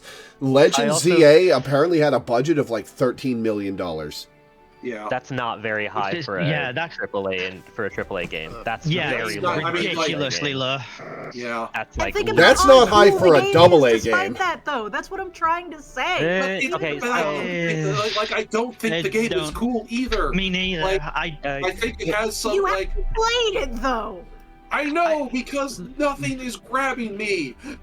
The only thing it has I just think that I just don't agree with you at all. The issue there is that it creates a circumstance, love, in which in order to have thoughts and feelings about something, which is a product you purchase, you have to purchase the product.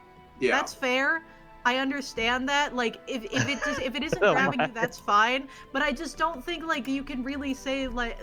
But you have to like be aware that like I've done this before plenty of times where it's like I don't really want to play this game, so I don't really want to, so like my opinions on it are kind of just like because it doesn't grab me. And I've said that before, and like every time I do that, y'all get pissy at me. So like, we also have to vote with our wallets though, and we if we're looking at Pokemon and seeing what we think of it is just a constant decline in quality despite a constant increase.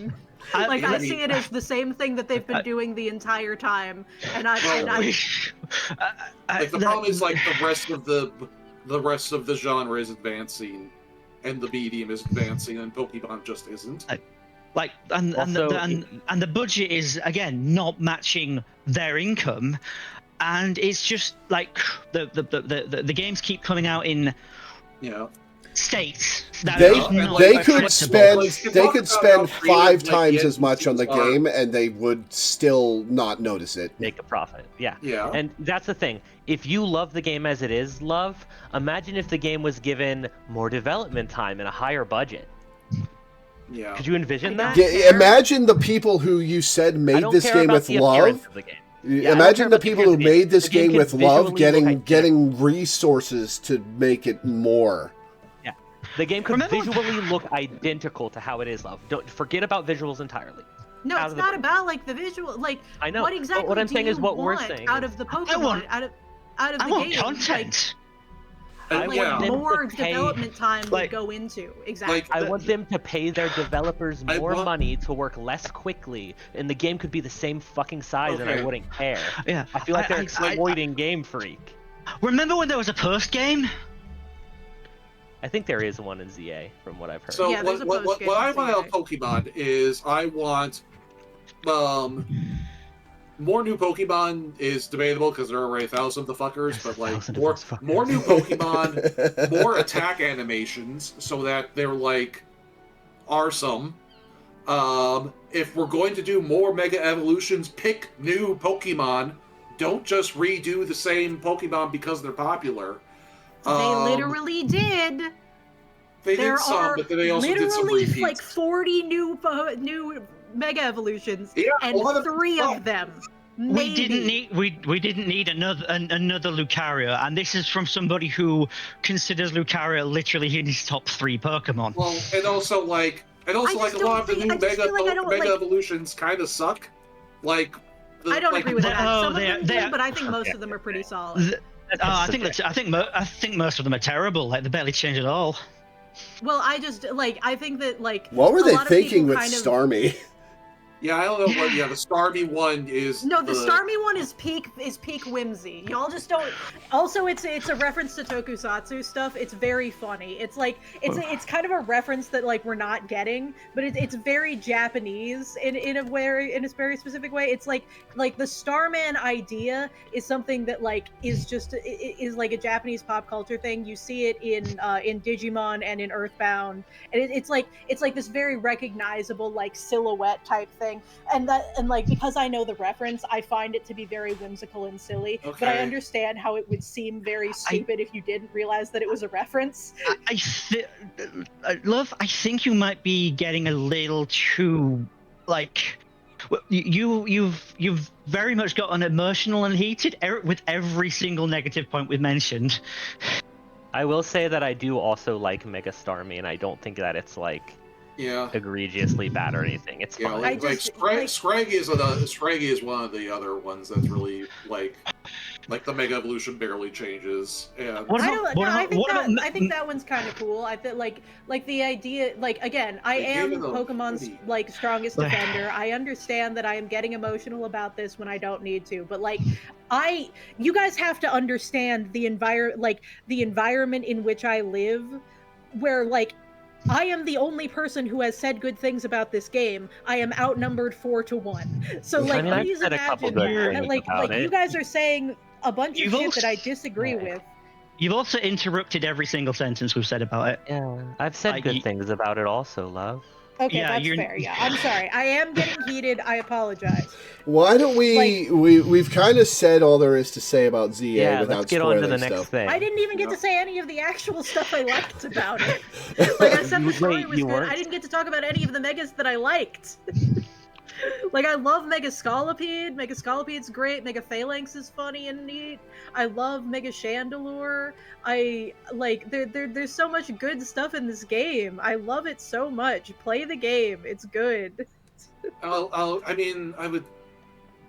don't want to spend like $60 to $70 on it. Though. Yeah, that's fine. I understand. I know. I hate it. I'm not talking to y'all. I'm talking to anybody who is watching. If you give it a shot, I personally think that it is worth the money. If you don't think so, that's fine. I disagree with you, and I have a lot of emotional investment in Pokemon for personal reasons, and I understand that maybe that is silly of me, but everybody has something that they're not willing to bend on. Yeah, I Also, like sorry. Dispatch. Dispatch is quite good. Dispatch is amazing. Dispatch is Fantastic another of those games that would sweep the year in a year without any of these other top tier ones. I like that Hey, I got an achievement for not dating anybody. By the way, but- I haven't played the next few games, so I gotta go to the bathroom. I'll be Alright. back in a bit. Okay. I also need the bathroom. I will be back by myself, but Dispatch Yeah. does look interesting, and I would like to play it at some point. Okay. Well, let's give him a few seconds to get away from where he can hear us, so we don't spoil him. Yeah. The game's good. I finished Game's it this morning just so I fucking could talk amazing. about it. It's funny, it's heartfelt, it's well written. Here's the interesting thing about Dispatch, in my opinion. Is the premise and presentation of like the advertising leading up to its release were very I'm not sure cynical is the right word, but very I guess cynical is the right word. Cynical, a little pessimistic. But then you play the game, and it is one of the most optimistic, idealistic superhero works that I've ever seen. I've been thinking about that ever since playing the game a few months ago, and I don't even think it has anything to do with the advertising itself. It is purely the fact that it was advertised accurately as a superhero thing marketed towards an adult audience with a lot of swearing and sex and violence and whatever. And the problem is that we live in an environment where that means The Boys, where that means Invincible. And so it is like the cultural context that made you, me, and a lot of people like prepared for this to be like some kind of, super cynical, deconstruction of the superhero. Like, you are acting as a 911 operator for a superhero team. That sounds like a kind of sinister and slightly cynical premise. Instead, it's one of the very few works in the genre that can really be said to be a reconstruction of the genre. Yeah. And so yeah, I don't think that the advertising is really to blame for that misconception going in. I think it is just the environment and the context of the culture that we live in right at this moment. So we all expected it to be The Boys, but what we got was a story about forgiveness and redemption that is uplifting and heartfelt. Yeah. And it's just incredible. Yeah. And The game's good. and like the gameplay is good too. Like the and like the Dispatch gameplay itself is very fun. That's like the one contentious part that like I find some people have. Like there are a lot of people who like think that the gameplay is okay or just kind of passable. I think that the gameplay is great. Oh, the Like gameplay's fantastic. Yeah, like I'd love a Dispatch sessions is just a really cool little mini game. Yeah, I would love a more expansive Dispatch minigame as like its own standalone game. That would be awesome. Yeah, I would love like a roguelike or just an endless mode or something that unlocked after you beat the game, where you can just dispatch heroes until you can't anymore or something. Also, they put a character in a game that has my exact flavor of autism. Yes. There are several flavors of autism on display in this cast. It's great. Like, good game, good video game. Yeah, I'm back. Haven says the crit roll folks were pushing Dispatch super hard because half of them are in it, and I would just like to issue a correction because all of them are in it. All of them are in it. Yeah, literally all of them. They put in some. Some of them, like Laura Bailey and Travis, have the more major roles, but like all of them are in there somewhere. I think the game more opens with saying, critical roles in this. I think the voice acting is an especial strong suit of the game. First off, this game is point in fucking case that Laura Bailey is an S-class voice actress. Oh yeah. She's amazing in this game. Second, I was actually more impressed, like, in context of them being just, YouTubers. I was more impressed with some of the YouTubers than I was with the professional voice actors. Oh, yeah. Like, Jacksepticeye does a great job. Alana Pierce does a great job. Yeah. Oh my god, I've been glued to Dispatch playthroughs since I finished the game, and his is my favorite so far, because he spends the entire thing just so happy and excited to see everything that Punch Up does.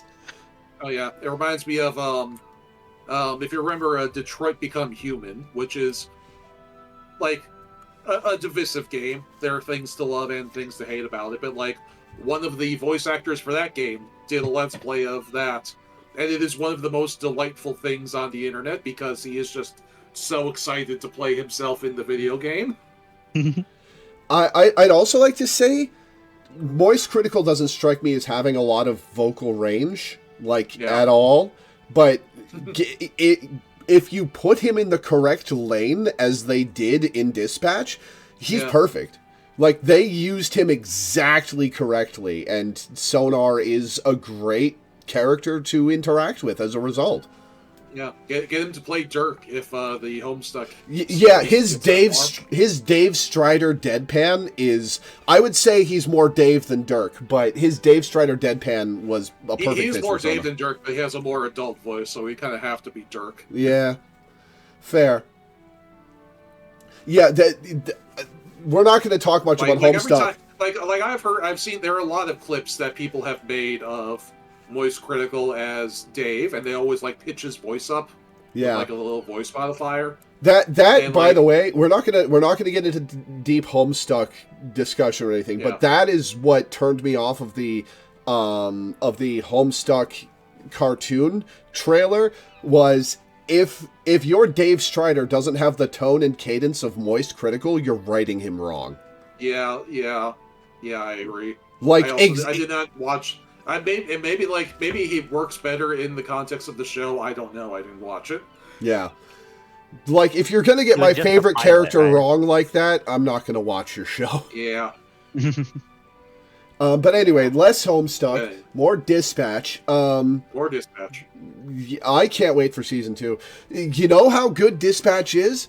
My favorite streamer, who is not a story guy, and has avoided games before because they're bad chat experiences. He refused to play Undertale for a long time because Undertale chat is usually pretty bad for big streamers. Undertale is the worst chat experience you could imagine, especially at release. Undertale chat is very bad, and Dispatch did develop a bad reputation as well. Yeah, he said that his Dispatch playthrough was either one of or the worst chat experience he's ever had, and he doesn't care because the game was so fucking good that he's going to play the sequel on stream next time because it was just that good for him. They're doing a sequel? They've talked about it. They did not plan ahead for this game to be so successful that it would warrant a sequel. But every developer interview since the game has come out, it says oh yeah, we are definitely talking about a sequel now because come on. That's good. Whether or not it comes out, I mean, who knows? Video game development is hard, and even making the obvious thing doesn't always happen. But it is. The developers are aware that it is something we want. I'm back. Welcome back. My only complaint about Dispatch is that they didn't let me make out slothily with Phenomenon Man or Punch Up. Oh my god. Yeah. Speaking of the optional characters, I saw the funniest fucking thing this morning when I went to look at Wooly Versus's playthrough. Yeah, I showed this to you. Yeah. The chapter of the title of the video that covers the chapter where they recruit Waterboy is titled Operation Gyarados is Underway. That's pretty much the point of the character, yeah. I do like that you're basically picking in Fire Emblem terms between a Yagen and a trainee, and I appreciate that. Yeah. And God, Phenomena Man is one of the most tricky Yagans to use you can imagine. Yeah, God. I didn't find out his gimmick until I got to a later point in the game, which I won't spoil, but that sounds like it's the most frustrating thing in the world. It is. Even when it incredibly happens, it's not frustrating, that but bad. it's also like kind of hilarious, where it's like, God damn it, Superman's depressed again. Okay, that's funny. I don't know what it is. I don't know what it's about, but it does. Okay, funny. as long as we're talking about it, he only needs to rest for 2 seconds, but if you fail a call, if anybody fails a call on the team, he gets depressed for 45 seconds and can't do anything. But and he returns to base super fast. He gets out super fast, which kind of mitigates His stats are the very 45 good. seconds His stats as are, of long course, as you're very good. high. He is basically that universe's Superman. Yeah. I do like that. That's very fun and cute. I do like that. He's that universe's Superman if the possible autism metaphor was pretty much just a fact. I've read Honestly, a lot of fanfics, so I know what you're talking about. this is kind of sounding like a better written version of Sentry. Well, what he is, what he really comes across as, he's basically depressed Starfire. Yeah, that too. Yeah, that's his personality. Yeah, because for those who don't know Marvel, Sentry is effectively a parody of sorts of Superman, but he's got severe mental health issues. Yeah. I'm familiar thanks to the movie that came out. Yeah. I like the take of him that they had for the movie. I haven't seen that yet, but I may intend to. I haven't either, but I heard it was really good. It was a lot better than I was expecting. Good Marvel movie. Yeah. Which is notable in this day and age. I just remember this one comic where they were relying on Sentry to save them, but his agoraphobia was acting up, so he couldn't leave his house. That's kind of the problem with Sentry, is that he only really because he's so powerful. He only works in stories where the psychological drama is the point. When people try to write him as just Marvel's Superman, it doesn't work, because he's so powerful that you kind of have to write him out of the story. Or just turn him into a bad guy, which also happens fairly regularly. Anyways, and in the Thunderbolts movie, it is very much a psychological story, and so Sentry is well used. It has to be a victory that he shows up, not a victory that he beats the bad guy. Yes. Yeah. I look forward to seeing it at some point. Yeah. Yeah. I think. What was I going to say about Dispatch? God, I've been glued to playthroughs. I think it's very funny that literally everybody who I've seen play the game or talk to who played the game has told Invisigal that they jerk off in the suit. I mean, yeah. Literally everyone. Conversation flow. Mm-hmm. It's funny. Yeah. Yeah, it's the perfect banter for the moment, and literally everyone has chosen it.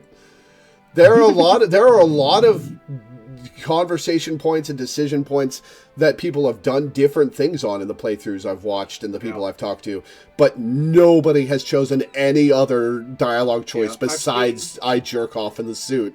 Yeah, I've seen a lot of variations, and something that I very, very much appreciate is that, and this is why it's a little funny to me that that Twitch chat is so precious about the game sometimes, that I don't feel like there are any bad options. There is you can actually get a quote unquote bad ending, but you really have to try for it. And if you get the bad ending, you deserved it.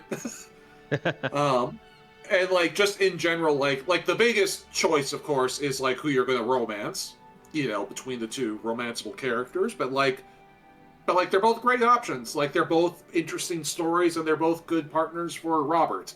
So I don't feel like there are bad options in the game. You just sort of you make your choices and you live with them, and that is, that's hard for some people, Yeah, and that's a very good thing to say about a choose your own adventure game.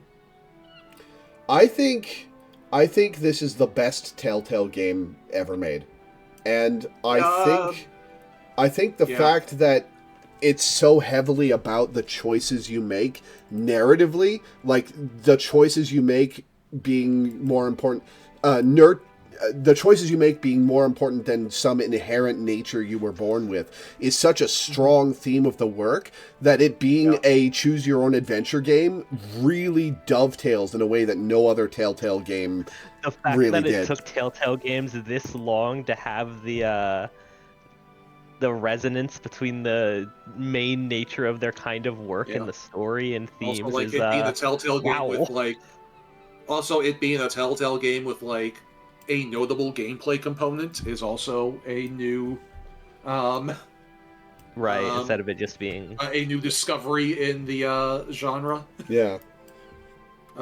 Yeah, it is definitely like I haven't played enough of them to judge. I don't think, but like, yeah, probably the best one. I mean, just based on everything.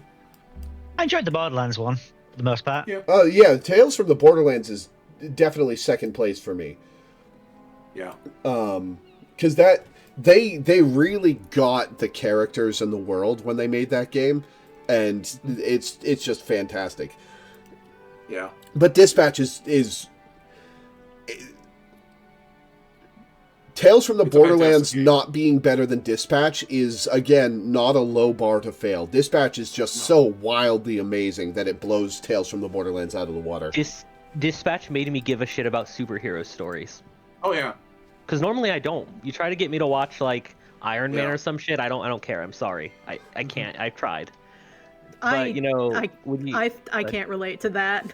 I know you can't. Love. You and I are very different creatures. I like superhero stuff as well. Yeah. God, Yeah. I'm not now I just want to watch the new superheroes. Superman again. I'm not averse to Superman's pretty superheroes. good. I liked the new Superman. I enjoyed the Spider-Verse films. But anytime there's any ounce of like irony or like tongue-in-cheek, you want me to wear that suit? I'm like, I'm out. Goodbye. Yeah. I don't have time And for this. that's why the new Although, Superman like- is great.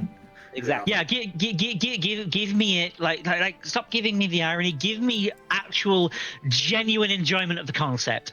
Yeah. Show me there's a reason you're making this movie. And even if that manifests in Dispatch as like them poking fun at each other for their like eccentricities, it's not the character being like, I'm not going to be eccentric, I'm going to be cool, or what the hell ever. Yeah.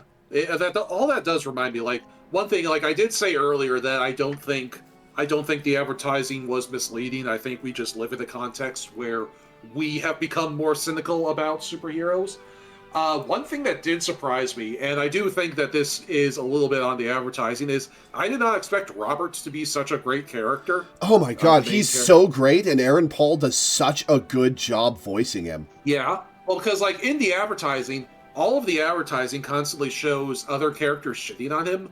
So I kind of went in expecting that Robert would kind of suck, because that is fairly common for your main character to suck, so that people have an excuse to explain shit to him, right? You know, like your Luke Skywalkers or whatever, they don't know anything about the universe, and so people constantly have to explain shit to them. And I expected Robert to be that kind of character, and no, he is just like a legit superhero. Yeah. Who has heart and cares about doing the job well and helping people. He does inspiring speech after inspiring speech after inspiring speech, and they all hit. Yeah. Also, he doesn't know what PTO is because he's never had a job before. Yes. It's so funny that the entire Z team has never had a job before this. Except Phenomena. Except if you recruit Phenomena Man or Waterboy. They've both had jobs before this. Yeah. So like Robert became one of my favorite superheroes. Yeah. In this game. And just like in general, as far as like characters who are superheroes. The main thing to get me to like your superhero media is to say that human empathy is a superpower and everyone can have it. Yep. Mm-hmm. And that is a theme. Yeah. God, it's such an optimistic story. It's got all the trappings of The Boys, the foul language, the violence, the characters giving each other shit, but it goes in the exact opposite direction, where superheroes are a thing to aspire to be, and you can be good even if you've been bad in the past, and you can have redemption and hope and joy, and you can be bad and then good and then bad again and then back to good, and you still deserve to be loved. I do think there's maybe a little too much swearing in the script, and this is coming from me who swears all the fucking time. Yeah, they can't stop. There are some moments where it's like, okay, this is written by VizzyPop.jpg. I will say that there's a point one of the characters sings a song that's full of foul language, but it's so hysterically funny and perfect. That's amazing. Yeah, it's so good. Yeah, for me, I think when it comes to a story, I like a story to just be genuine rather than just dripping with I can't believe people actually put this into a real story kind of stuff. Dispatch is so genuine. There is zero disdain for any aspect of the superhero genre. Yeah. Good, because I love a story about a genuine hero. I love a story about a genuine villain. Just give me genuineness. Yeah, Robert Mood and Big Sam. Yeah, like it is like this one of the most, what's the word I'm looking for? Like one of the best lines is like there's a line where where they're talking about Mecha Man, Robert's identity, and someone says like, oh shit, that's a real superhero? Yeah, Prism says that. And I just love that reaction because it's like, oh, yeah, no, like... Mecha Man's a big deal. Walk. Yeah. We thought the guy that had been bossing us around was some schmuck, but oh shit. Yeah. So yeah, Dispatch, great game. Once again, the theme of this cast is one of a dozen games that are Game of the Year material. And I'm glad we got all that positivity out of the way before we get to the next game. Oh boy, I haven't played Metroid Prime 4 yet. I want to. I should probably play Metroid Prime 3. I'm gonna try to get it used for cheap because I've heard that it's barely a Metroidvania, and... Oh, okay. So I told you that a couple weeks ago when we were discussing it, and I have to put an addendum on that because I played some more and got further into the game. And there are Metroidvania elements that unlock about 75% of the way through the game. Are we talking like Final Fantasy 13, you finally get an open world area 30 hours in? Almost. So, okay. Alright, here we go. Okay. So, alright. Okay, so here's the thing. For most of the game, like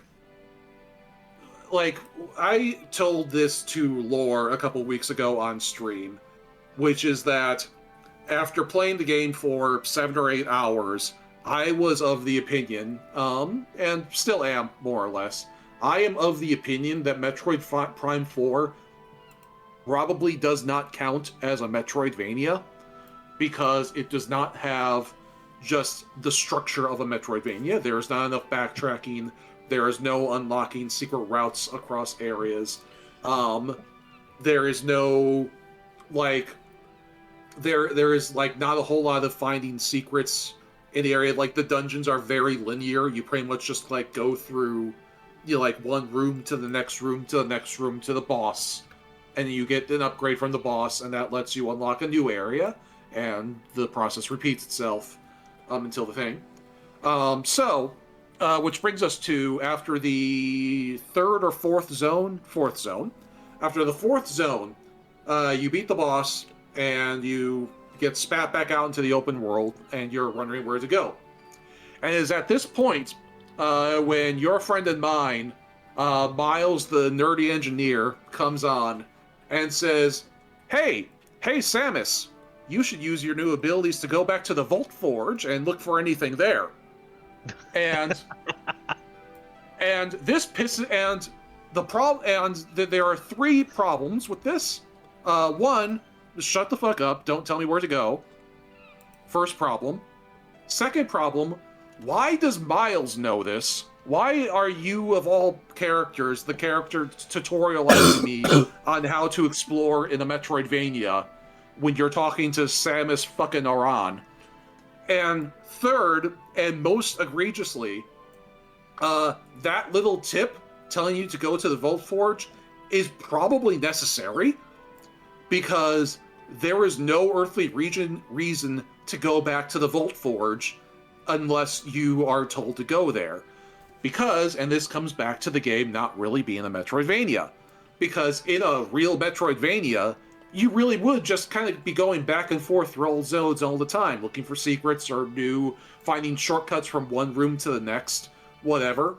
But you are actively discouraged from doing this in Prime 4 because there's a big fucking desert in the middle of the map.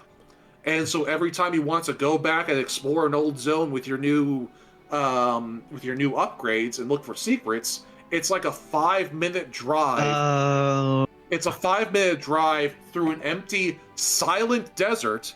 Because they locked the music behind an amiibo.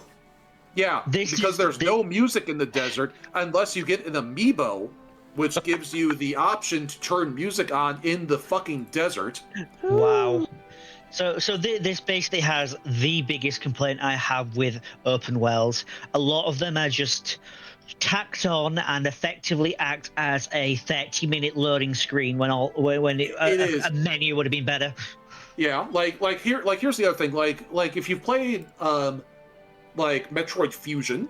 Like, Metroid Fusion is almost structured similarly, where there are, like, 4 zones in Metroid Fusion that are very closed off from one another, and there's just sort of like a central hub area that you use to get from one to the other to the other. And, like, if that was what Metroid like Prime 4 was, that would be infinitely better. Like, if there was just, like, a hallway connecting in these otherwise disconnected zones, like, alright, that would still be, like, kind of because, like, there should be more connectivity. Like, Fusion is built that way because it is a trade-off because it's a mobile game, so the areas are meant to be more discrete experiences that you can do in a relatively short... You can explore an area in, like, a reasonable amount of time. There's also...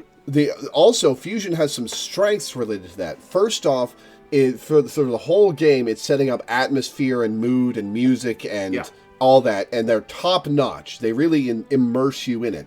Second, about halfway through the game, even in the second or third zone, you go off the map. You stay within the sector 2, but you go off the map, and there's more unmapped sections of the map that you explore than there are mapped sections. So you immediately go off into the unknown.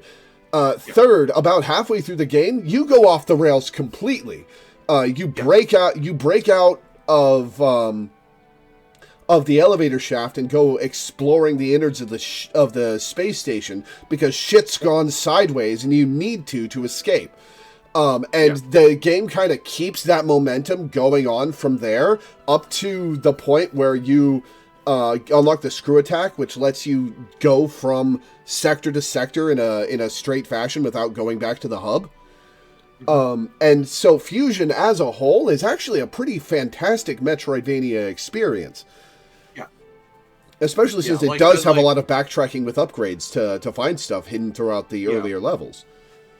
So yeah, and this just like really rankled me because like before that moment there was almost no backtracking in the game, and so the game really feels like everyone compares it to Breath of the Wild because of the open world, the pseudo open world nature of the desert, but like really what this game reminded me of is Ocarina of Time.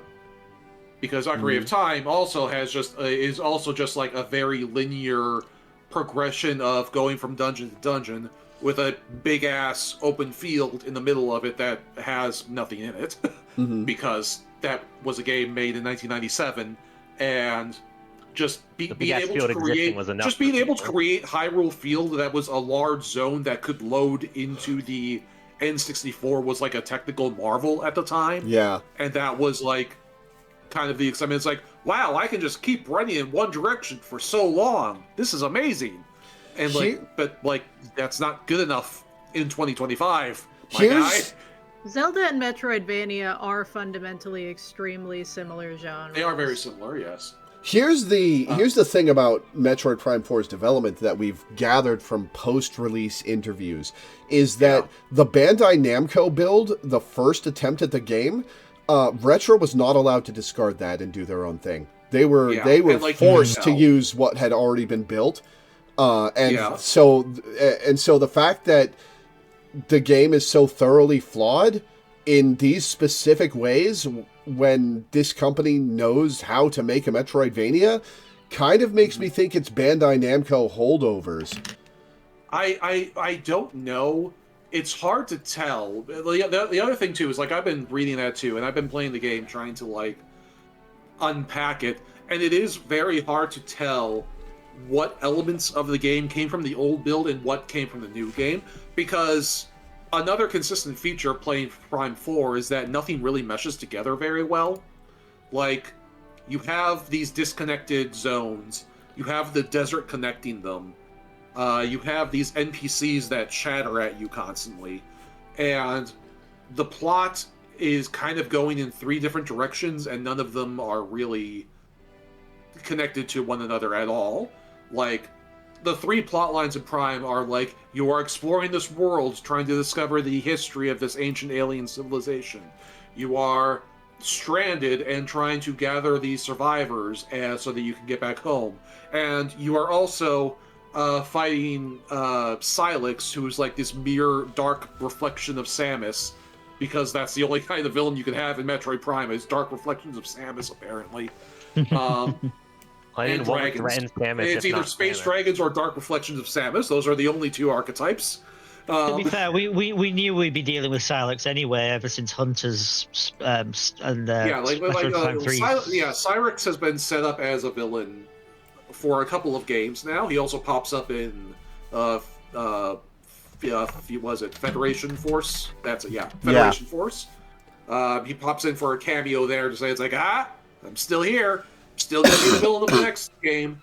But he doesn't do anything. He's just kind of there because they've set him up, so he needs to be there. But he doesn't really feel like part of the story at all. Which, who, I don't know. It's crazy. Just nothing meshes together. The characters aren't interesting. This was another very funny thing. At this point, I still need to do the final boss, and I think that's about it. And also go back and find 100% collectibles and all that bullshit. But I still need to do the final boss, which is presumably Cyrex. Anyway, in the last dungeon, the whole crew shows up to help Samus, and it's supposed to be this heartwarming moment where, you've gathered all the survivors, and they're okay, Samus, we're going to help you find the last key together. And my genuine reaction was just, why? No offense to y'all, but, what are you bringing to the table here that I am Samus fucking Aran. Do I look like I need your help?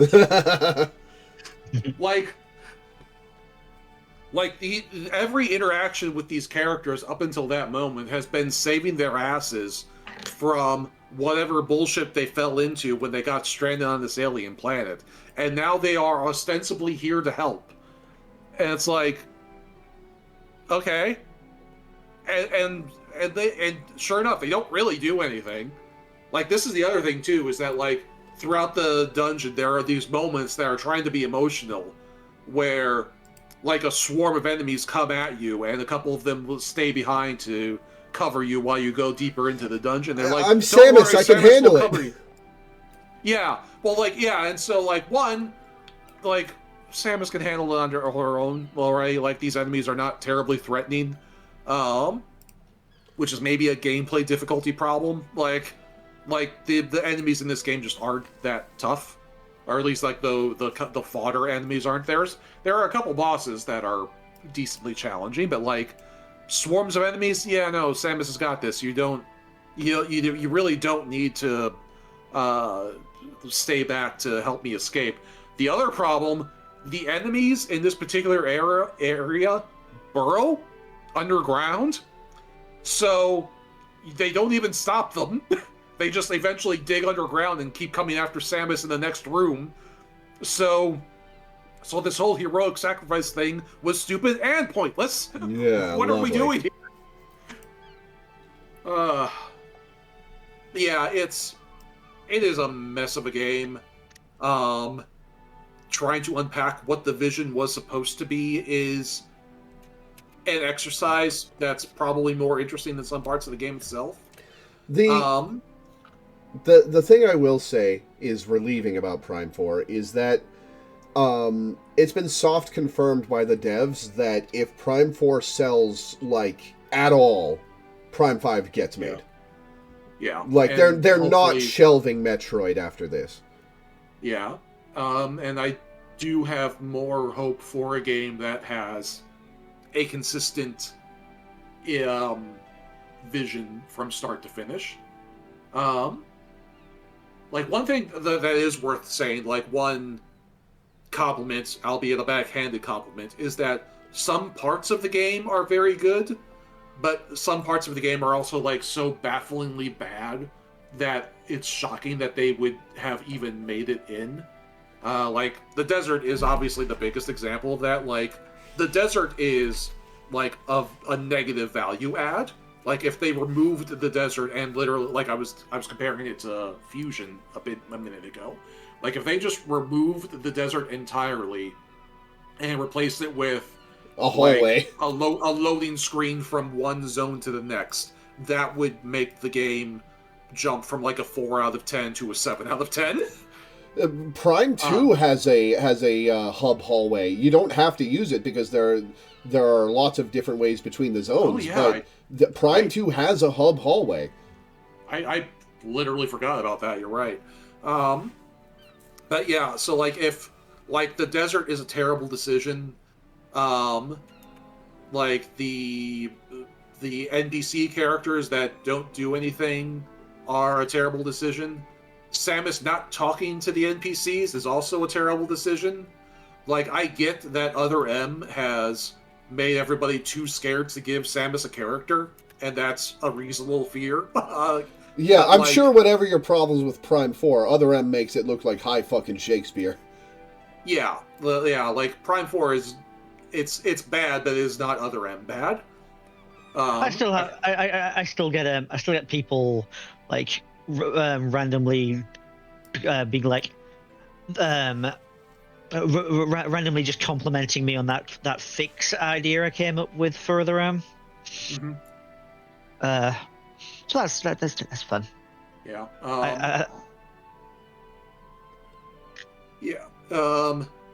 tell you one thing though.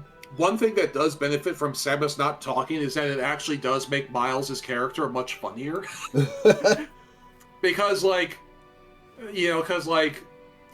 Miles, the infamous nerdy tech guy, is over here doing his like Alan Moranis impression, and like Samus just like dead eyes him. What? You mean Rick Moranis? Yeah, I mean Rick Moranis. Sorry, he's doing his Rick Moranis impression. He kind of looks like Rick Moranis too. It's very distracting. And Samus just gives him nothing to work off of. You know, he's just like, okay, Samus, I'm going to upgrade your gear because I'm the nerd. Ooh, I'm a scary little nerdy guy. Ah! And Samus is just like staring at him the entire time. You know, nothing visible through the visor, no body language, just like dead eye watching this little fucker prance about in his nerd goggles. How bad is the NPC backseating throughout the game? It's well, like I told you, like that was the worst example that I gave earlier, but it's. I mean, when they're there, it's bad. They're not there the whole time, but like there is like there is like a decent chunk of the story where you have an NPC chattering at you, and most of the time it isn't even backseating so much as just chirping, and like just filling the air with noise, and like that's more annoying than the backseating. Like there are a couple of characters that I want to like, but even the characters I want to like talk too much. And Imagine if they only did that when you were crossing the stupid desert. Yeah. Yeah, if only I mean, hey, then everything would be help if they did concentrated the in stupid one thing you could surgically Exactly. remove. Yeah. Yeah. Well, like That's what I was saying. Imagine if the chattering was during the most boring, pointless part of the game. Well, okay, although being... that is a new... No, even that... Okay. That is, like, an area where the backseating has gotten annoying, though, is late in the game, there's, like, before you get to the final dungeon, you have to, like, explore the desert some more to, like, find a thing, whatever. Uh-oh. And the whole time you're exploring the desert, Miles pops in every 30 seconds. Oh, it's like, no. Hey, Samus, you should look for this thing. Hey, Samus, you should look for this thing. Are you serious? Hey, Samus, you should look for this thing. This looks like a good place to find some ingredients. Yeah. And, like, that's bad. Like, that's really bad. But up till that point, like, the chirping is more annoying than the backseating. Like, oh my god, there was this one section where, like, I was exploring the room, and just like previous Metroid Prime games, a big part of the game is just, like, scanning your environment for, either hints or lore tidbits. And so I'm in this room, so, like, I enter a room with a soldier I just rescued, and every fucking time I scan an item, this guy just goes, I don't think that's what we're looking for. I don't think that's what we're looking for. Oh, that sucks. I don't think that's what we're looking for. Yeah, I know that's not what we're looking for. I'm trying to 100% the game. Shut the fuck up. Like, Oh Jesus boy. Christ. Yeah. I don't think that's what we're... Yeah, it's... Yeah. Yeah, it's a... It may not be what you're frustrating looking game. for, annoying NPC, but it's what I'm looking for. Yeah. And, like, Yeah, and, like, the frustrating part is that, like, there are good parts of the game. The moment-to-moment gameplay is actually really good. Like, it doesn't come together to form a Metroidvania, but, like, the process of going into a room, seeing a puzzle, and solving that puzzle to get an item pickup, that always feels really good. You know, like, those... The individual rooms are assembled very well. So, like, that part of the puzzle solving is very good. The combat is okay. It feels a little dated to me. The problem I have with the combat is that, like, most of the boss fights revolve around, much like previous Metroid Prime games, they involve locking onto a boss and then hitting a weak point with free aim. And like, it works. It's like fun. It works pretty well. But what it brings to my mind is games like Horizon Zero Dawn or Dead Space, where hitting specific points on an enemy is kind of their whole thing. And those games just do it much better because they have, like, a much more focused control scheme, and they're not shooting globs of plasma that, you know, that you basically fling like a baseball at the enemy. So you can actually, like, hit a target that's more than 10 feet away from you with those games. Yeah. Whereas with Metroid Prime, because, you know, your missiles and plasma shots move so slowly, the game needs to give you all of these little handicaps to help you hit specific weak points on an enemy boss. And I just feel like making a tighter control scheme, a modern control scheme, would serve the combat better. Actually, speaking of control schemes, than sticking to the slow-moving projectiles, just because that's how Metroid has always done it. So, like, that is like my constructive critique. But like Prime fans might think that is too much of a divergence from classic Prime gameplay, and that's a fair counter-argument. to my issue there. But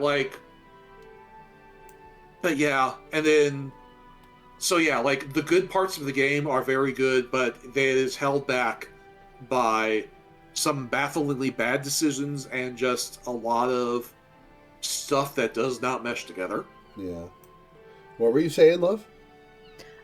In regards to control schemes, are the mouse controls like a thing that work at all? They're a thing. They don't really work because the Switch 2 mouse functions don't really work. I did try it out, but like the problem is that I want you I want you to like do this yourself. For folks at home can do this experiment at home. Pick up your Joy-Con that you have at home. You can use a Switch 1 Joy-Con for this as well. And comfortably hold it sideways. Hold it sideways and try and use the R1 and R2 buttons as mouse buttons. Oh god. I don't hate it. Yeah, try doing that for more than like a minute. Like that's the biggest problem with the mouse controls. The Joy-Con 2s are also bigger, right? No, actually they're about the same size, I think. Are the buttons bigger? I thought I saw that something about that. Maybe a little bit. Like a couple of maybe the whole thing like a couple of millimeters bigger, but like they feel about the same size to me. Would you say that you have large hands? I do have large hands. I have fairly normal-sized hands. So maybe if you have like smaller hands, using a Joy-Con that way will work for you. And like the other thing too is that like it's just kind of like then you need a mouse pad and you need to like be sitting in a place where you can use a mouse pad right in front of your face somehow so you can do that. And like that is just sort of like an awkward little setup to figure out. I tried setting my Switch 2 on my desk and then using my actual mouse pad for my computer as a mouse pad, and then like doing the mouse and the mouse controls, the hybrid mouse controls, and my hand just cramped up after a minute of trying to hold the Joy-Con that way. Out of curiosity, because I liked the gyro aiming in Splatoon 3, for example. Does it have that as an option, or it does have the gyro aiming? I go back and forth on it. Sometimes I think it's really good. Sometimes I think it's more trouble than it's worth. Oh, okay.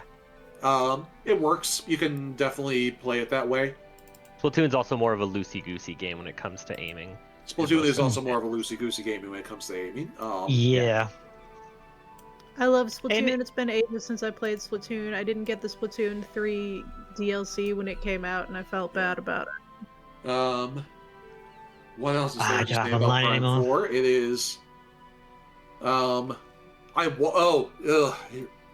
here's a good one. I wanted to like the motorcycle because like the motorcycle looks cool, and Samus on a motorcycle is in fact like a solid vibe. Like of all the Nintendo characters who belong on the motorcycle, Samus is probably at the top of the list. I'm shocked she hasn't had a motorcycle before this. Yeah. The problem, of course, with the motorcycle, the problem with the motorcycle is twofold. One, you only use it in the desert, and there's just nothing to do with it except slam into rocks. Oh, that's lame. Yeah, the main activity to do in the desert is, and this is why I hate the Breath of the Wild comparison, because like the open world in Breath of the Wild had 120 shrines. The open world in Metroid Prime 4 has, I believe, 6. Oh, wow. And then about a dozen other item pickups that are just sort of scattered around the zone somewhere. And then besides those item pickups, the main thing you are doing when you're driving through the desert is there are these green crystals that you have to slam into to collect them. Uh-huh. And they are all over the desert, and you just slam into them, and you gradually fill a bar. And you need to do this because there are a couple of suit upgrades that are tied to this. Huh. Including like the first one is your shot upgrade, so your shots do more damage, so that's very important. Like, you don't want to delay getting that at all. So you're telling me there could be a circumstance where you want to get a suit upgrade before you do the final thing in the game, so you're slamming into crystals in the desert, all while a guy chirps in your ears about how you need to find a specific thing in the desert? Correct. And in fact, that is like that is literally where I am at in the game right now. That Awful. sucks. Awful. I'm sorry. Yeah. And then also like the like final suit upgrade, like it's like the equivalent of the light suit from Prime 2 is also tied to this mechanic. Which is not something you need, strictly speaking, but like, I mean, if you want the best suit in the game, that's how you get it. So that sucks. But the thing that sucks more is that these chunks of crystal are wider than the motorcycle. So what'll happen is you go to drive into a chunk of crystal to pick it up, you'll drive right through the middle of it, and then there'll be some crystals on the right and left that you miss.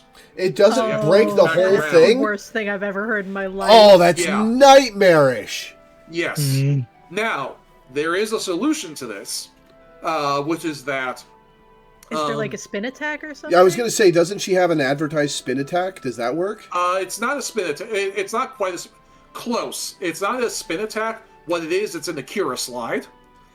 Okay, that is kind of cool. You use a boost, you do an Akira slide, and then you slide sideways into the crystals, and that makes your hitbox wide enough to hit the whole crystal pile. Most of the time, sometimes you can still miss one. Problem with that, though, is that you need to use boost to do the Akira slide. So if you're out of boost, well, the tough shit, skill issue.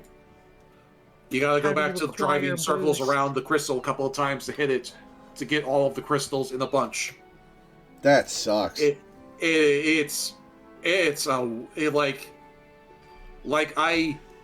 see the vision they were going for, because doing the Akira slide into a group of crystals to collect them all is cool, but not being able to do that every single time, or maybe like you do the Akira boost and that causes you to shoot past the second set of crystals that's right past the first one, but the constantly doing loop-de-loops around piles of crystals to collect them all is just asinine. Yeah. So yeah, that does sound very bad. Yeah, and that's another one of those decisions that just is baffling that it made it into the game. All right, well, we've been dunking on Metroid Prime 4 for half an hour now. I mean, hey, that was almost as long as we dunked on Pokemon. Yeah. I wasn't going to say it, Teddy. I wasn't going to say it. I was avoiding talking about my it. system. I've been playing this game since Christmas. It needed to be worth something. Yeah, all right, so there's one... I'm not mad. There's one last game that came out in 2025 that I played, and I haven't finished what's out. I've only played the demo prologue and the start of Chapter 1, but it's Of the Devil, which it has immediately grabbed me and is very exciting. I'm not going to spoil the twist. Lesbians on my feed love that game. I'm not going to spoil the big twist in the demo prologue, but it's mind-blowing. Of the Devil is a Phoenix Wright-esque game set in a cyberpunk dystopia where you play as a defense attorney who does the Phoenix Wright thing, investigates and defends. The demo sees you defending somebody who's been arrested and accused of being a particular serial killer, to just like showcase the mechanics and the world, and it's fascinating. And Chapter 1 is much longer, and I've gotten partway through it. It's fantastic. The writing is amazing. The twist is mind-blowing. It's just great. And I believe the demo prologue is free, so you can try this without spending a cent. Ooh, perhaps I will. Episode... I do love a good... Go on. No, I do love a good Phoenix Wright. Yeah. It is a cyberpunk dystopia, so it's kind of a cynical game, but at least as far as I've played. But maybe they'll break through that with the main character, or maybe not, considering the twist. But yeah. Oh yeah, there's great sexual tension between the prosecutor and defense attorney, as all good Phoenix Wright games must have. There should be. Yeah, like I was saying, trans lesbians on my Tumblr dashboard love this game. So it's about lesbians. Okay. Of the genre. Yeah. These aesthetics feel very Danganronpa. These what? The aesthetics feel very Danganronpa. I guess. But yeah, no. Of the Devil, fucking fantastic so far, and I'm not even like 6 hours in. It's great. Yeah, I believe the demo prologue is free. Play it, try it. You'll love it. Or your money back. I mean, what? Or your $0 back. Yeah. Sorry, something about the way that you said that made me feel as though I needed to throw in the infomercial jingle. I don't know why. Steam is very infinitely lenient on refunds. Yeah. All right, so that's the games that came out in 2025 that we've all played. Let's talk about some games that came out in previous years that we played this year, starting with Final Fantasy XIV. I have officially completed, well, I guess not technically, because I still have to turn in the final quest, but I have completed Shadowbringers and the Shadowbringers patch quests, and my thoughts are, up until Shadowbringers, the game ranged from just okay to fairly decent. Shadowbringers is where it got good. I really like Shadowbringers. I'm very excited to see where Endwalker goes, even if I'm not particularly enthused about half of the villain team. Yeah, Temu Kefka has not really excited me. I don't hate that nickname. I do love Van Daniel, but I don't hate that nickname for him. You would be delighted. Yeah, it's kind of great timing, too, that, like, literally we are starting Endwalker in 2 days. Yeah. So, yeah, you have more or less the whole picture of Shadowbringers in your rearview window for this recap. How's your progress through 4 to prepare for Endwalker going, by the way? I've been sick for a couple of days and doing other stuff. Unacceptable. Yeah, I've made it to Baron and fought Bagan. Fair enough. And lost the twins. And now it's the dad crew. Okay. Yeah, this has been a good year for Final Fantasy XIV as well. We've had some really good fights and really good content. Yeah, don't ask a YouTuber that; they'll disagree. They love to complain about this damn game so much. Yeah, as far as like the actual, they love to complain about everything year goes. It's been okay. I really like the most recent patch that we had just a couple weeks ago. Actually, like to be fair,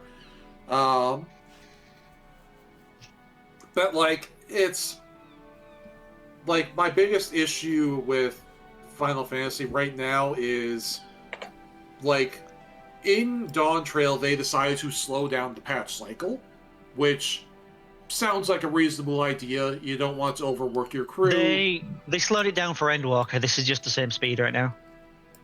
Is it the same speed? I could have sworn Endwalker was yes, faster.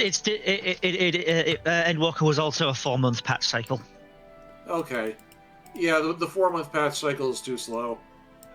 I think. Like, we've had 3 patches this year, and, like, it's just not enough to keep me tied to the game. Like, most of my Final Fantasy playtime this year has been on stream with you guys.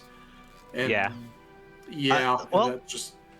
I since I actually delve into the high end content, there's been plenty for me to do. So like, you don't have a lot of time. Oh yeah, I've been eating good, honestly. Yeah, And, the ultimate fights are good. I don't have a crew who can do them, but so good for And, the high end people, I suppose. Yeah, I'm very much looking for. I was gonna say, very much looking forward to this Savage tier that's coming out in just a few days. Oh yeah, the just based on how like the normal raids went, the Savage tier that's coming out soon is going to be interesting. Yeah. Yeah, but like there was also like a big difficulty controversy like 6 months ago over the new Eureka style zone, where like the final dungeon was just absurdly difficult to even get into, let alone complete. And so people were like, all right, you're wasting all this dev time creating content that people literally can't even do. Where are our priorities here? And also we want to we also need stuff to do ourselves, because like the casual people, conversely, like you said, like the ultimate raiders have had like a lot of great fights to enjoy and beat their heads against. But like the casual content people are like me, like a lot of people in my boat just sort of like came in the week of a patch to do the new MSQ bit, and then that was about it. And it's like, okay, what else do you got? Oh, a dungeon that we literally didn't enter? Okay, that's a problem. There was the new deep dungeon. We're getting a new variant dungeon. Yeah. We'll have a new criterion to proc through, so that'll be fun. And also, are neat. Let's face it, I can't exactly complain about what Final Fantasy XIV has been doing for me, considering it has resulted in me getting 2 boyfriends. Yes, which is a very cute story. But yeah, as far as like the actual content of the game goes, FF14 has left me wanting of late, and I am desperately hoping that the year-long content drought we're facing ends up not being that, because holy shit.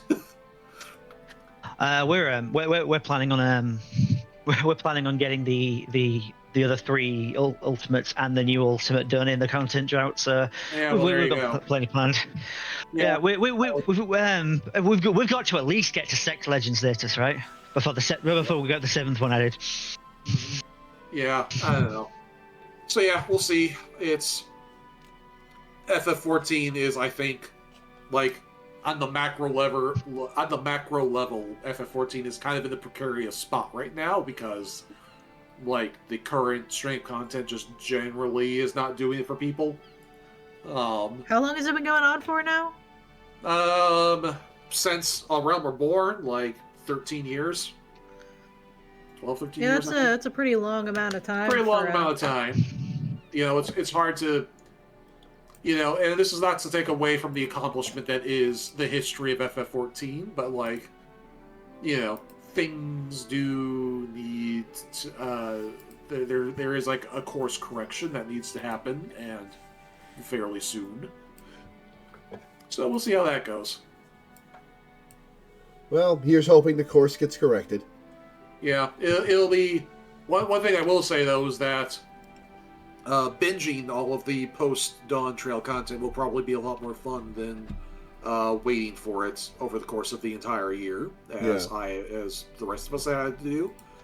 But yeah, like being able to play through it all in one go, that'll probably be a nice, enjoyable experience.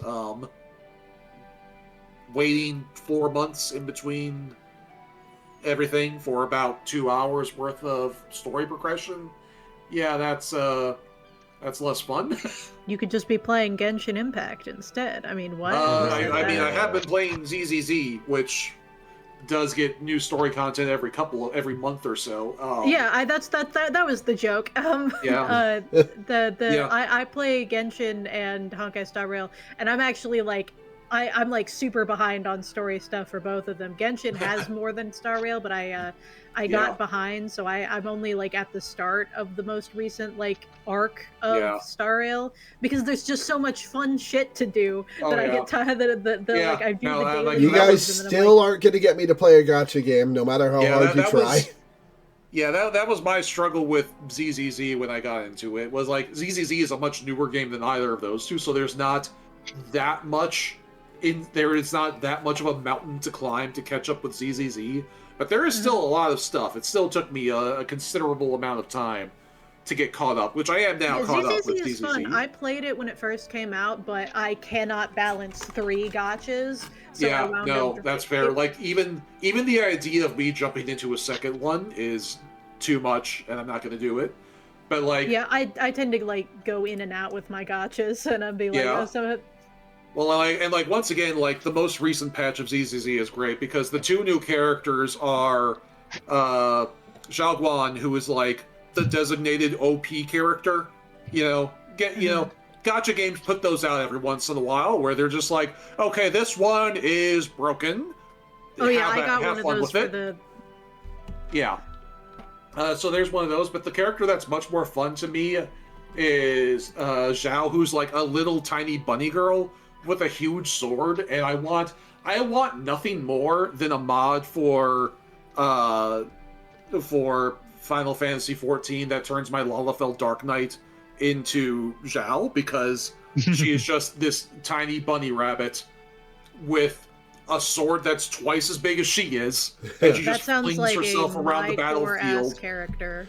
Yeah, by the way, it's good that you segued into talking about Zenless Zone Zero, by the way, because you put it on your list and I missed it and didn't put it on the itinerary. Oh yeah.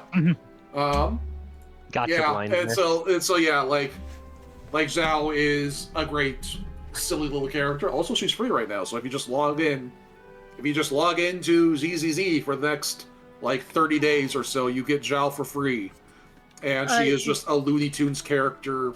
Oh, he is pretty good about distribution of free characters. Yeah. But yeah, so yeah, ZZZ has been a lot of fun. Although actually, like, this patch is great. The patch right before this one was really scuffed, which was kind of fun.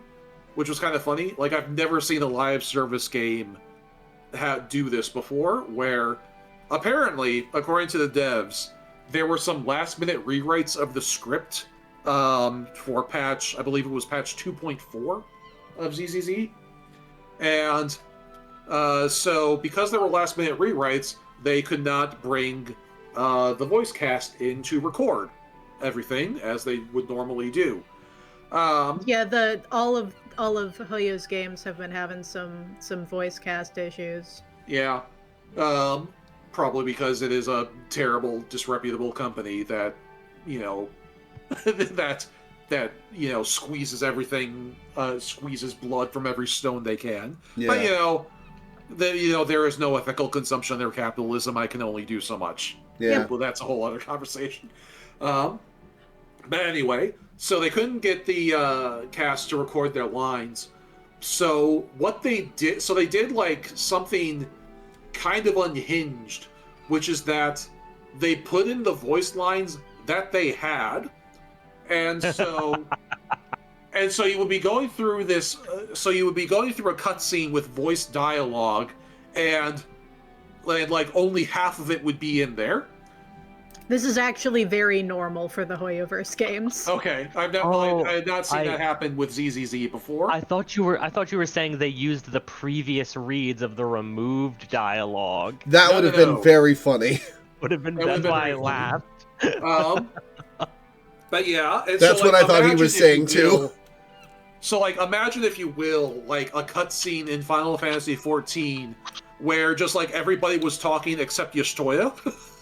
That was the kind of thing we were doing in ZZZ. Like the other part that I found very fun about this set of circumstances was like, okay, so the unvoiced dialogue is stuff that had to change. What was the old draft then? Like, trying to like play detective to like figure out what changed in between drafts of the script is very fun. I'm pretty sure one character was supposed to die, but did not die because of like what the new dialogue is. Like there's this one character who gets fucked up in a cutscene, and all of the unvoiced dialogue is talking about how he got up and walked away afterwards. And so I'm pretty sure a dude was supposed to die, and they just changed their mind. What would be really telling is if that character had no voiced lines after that point. He doesn't. Ha! Oh yeah, that character was definitely going to die. Well, no, actually, no, that's not entirely true.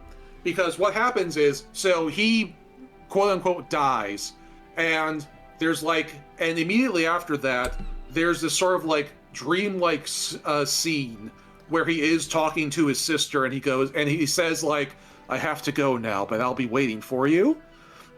And then that's the last time he talks. So it's like, yeah, no, this motherfucker was so fucking dead. Yeah. Yeah, like he was so fucking dead. The most dead guy you've ever met. Yeah, it is the most I'm sorry I died dialogue ever, but like, no, he's alive. That's going to be awkward to explain at the family reunion. Yeah. I mean, there's a character waving death flags, and there's a character who literally just has the flagpole stabbed through his chest. It has the same as like the twins from Voltron, where like they died and just pretended he didn't die. What's the story? I forgot the details of this story. I haven't watched that show in ages, and I didn't. I'm not even talking about the reboot. I'm talking about the old Voltron. Oh wow, I've never watched that show then. But yeah, like someone's gonna have to like fact check me on this, but there was like a character who died in the original Voltron show, but then the English dub just kind of like edited around it and was like, oh, he fell asleep, and he continues classic to show English up. dub behavior. Yeah, and then because of the way they edited it together, he just continues to show up even after dying in the American version of Voltron, even though he was like dead for real.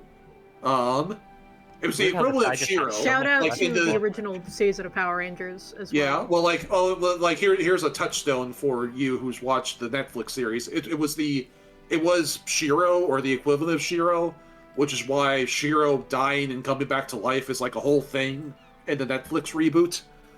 I haven't watched the Netflix reboot much. I've only like seen a little bit of it.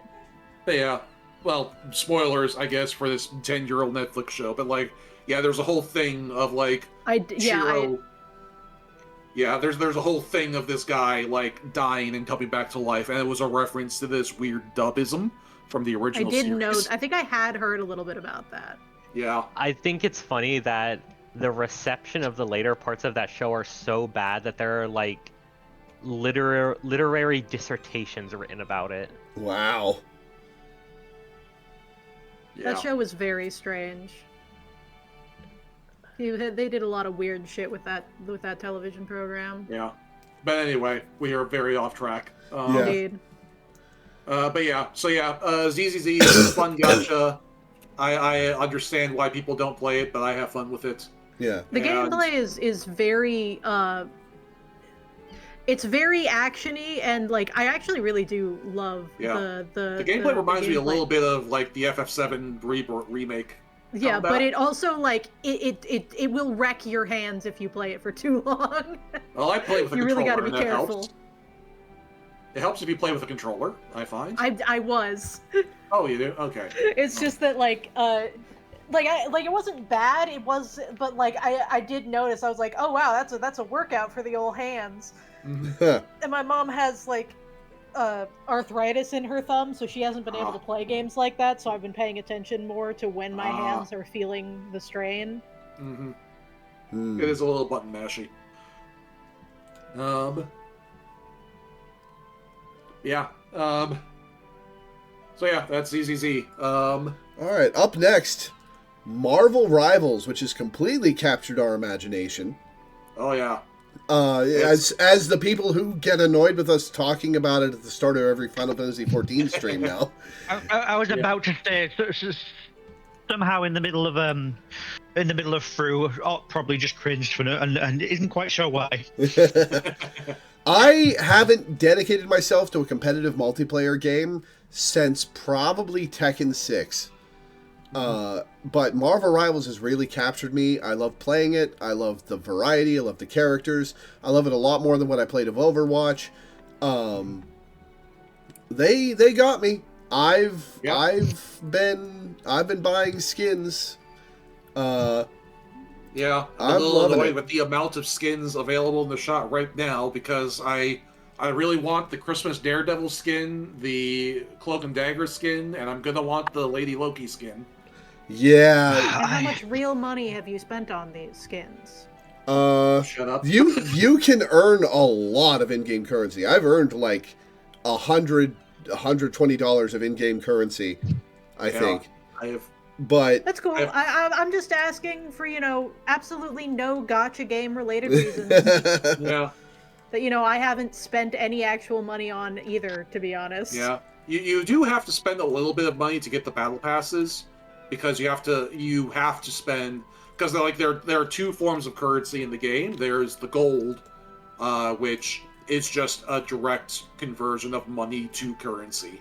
Yeah, that's how all free-to-play games are. That's how all free-to-play games go. Yeah. And then there are the credits, the blue ones, which units are generally earnable in-game in more ways than the thing. Yeah. And it is nigh impossible to get gold currency other than spending money. And you get some from the battle pass, but that's it.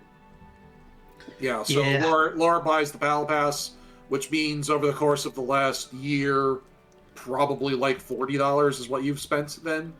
I have also bought a bunch of the mini passes. Oh yeah. So I've probably spent like $70, maybe $80 on the game. Yeah, I've probably spent. You've spent in a year what some people spend on a single AAA game. Yep, that's how they get you. That's how they get you with the freemium games. Yeah, but still, that's.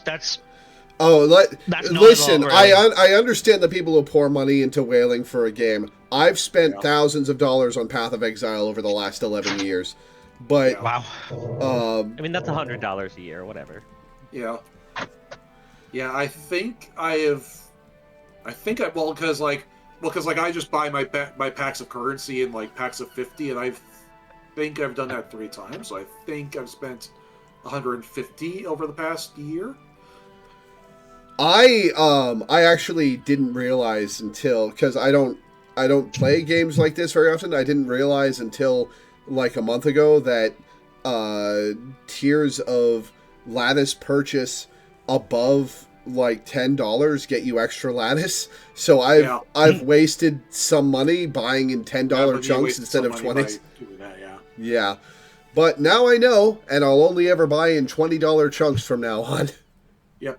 And if you buy in even bigger chunks, it saves you even more. That's how they get you. And those also last longer too, because I bought I've dropped like $50 on the game like once in December when it first came out, once in April, and then once in September, and now I still have a little leftover money from that purchase. I haven't played in so long. I've been meaning to, but I've just not got around to it. Yeah. Last time I played was just before Ultron came out. Wow, really? You missed a lot. You missed a lot. Yeah, Luna now. She stopped playing, and I was really enjoying playing with her through the direct. And you saw when I put my mind to it, I got all the way to Diamond. Yep. Nice. I wouldn't mind doing that again at some point, but it's like you were a Cloak and Dagger player, so you would enjoy Gambit. Yeah, I also really enjoyed Emma because well, Gambit and Emma are both still meta. Yeah, Emma is still top tier. She has been nerfed to the point where she's not overpowered anymore, but she is still like one of the best tanks in the game. Yeah. Yeah. Funny thing is with Emma, like the way I discovered I love to play as tanks is in Heroes of the Storm. I kind of fell in love with playing as Diablo, and in Overwatch, I kind of fell in love with playing Zarya. Oh yeah. Emma Frost is them combined. Oh yeah, she really is. I didn't even think about that, but you're right. Yeah, she's got the laser that builds up. She's got the barrier she can send out. She's so there's Zarya, but also she can dash forwards, grab somebody, slam them behind her, and push them back. It's literally both of my original tanks combined. Nice. Yeah, no, that'll do it. Your original tanks do not steal. Yeah, I also very much like Daredevil. I suck as him. This is just a me thing. I'm generally not very good at the melee type characters in these games. But like, Daredevil's great. Like, Daredevil's always been one of my favorite comic book characters, and he whoops ass in this game. I've been trying other characters in the 18 versus 18 mode to try to get achievements and stuff.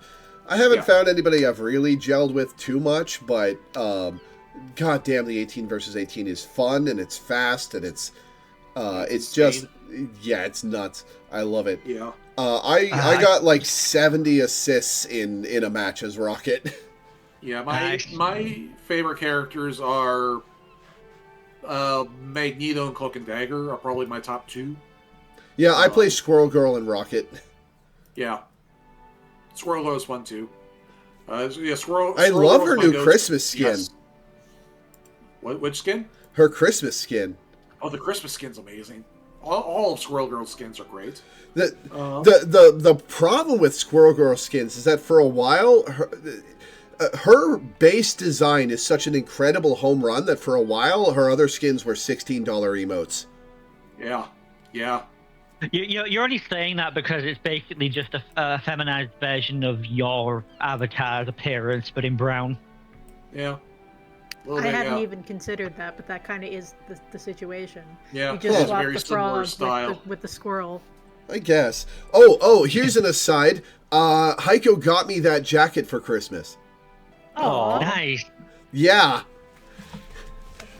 It's exciting. Yeah, squirrel guy cosplay. No, I meant the jacket that's on my avatar character. Oh, your actual. I thought it was so difficult to find a good limited 3-color palette that would express all the colors on your body.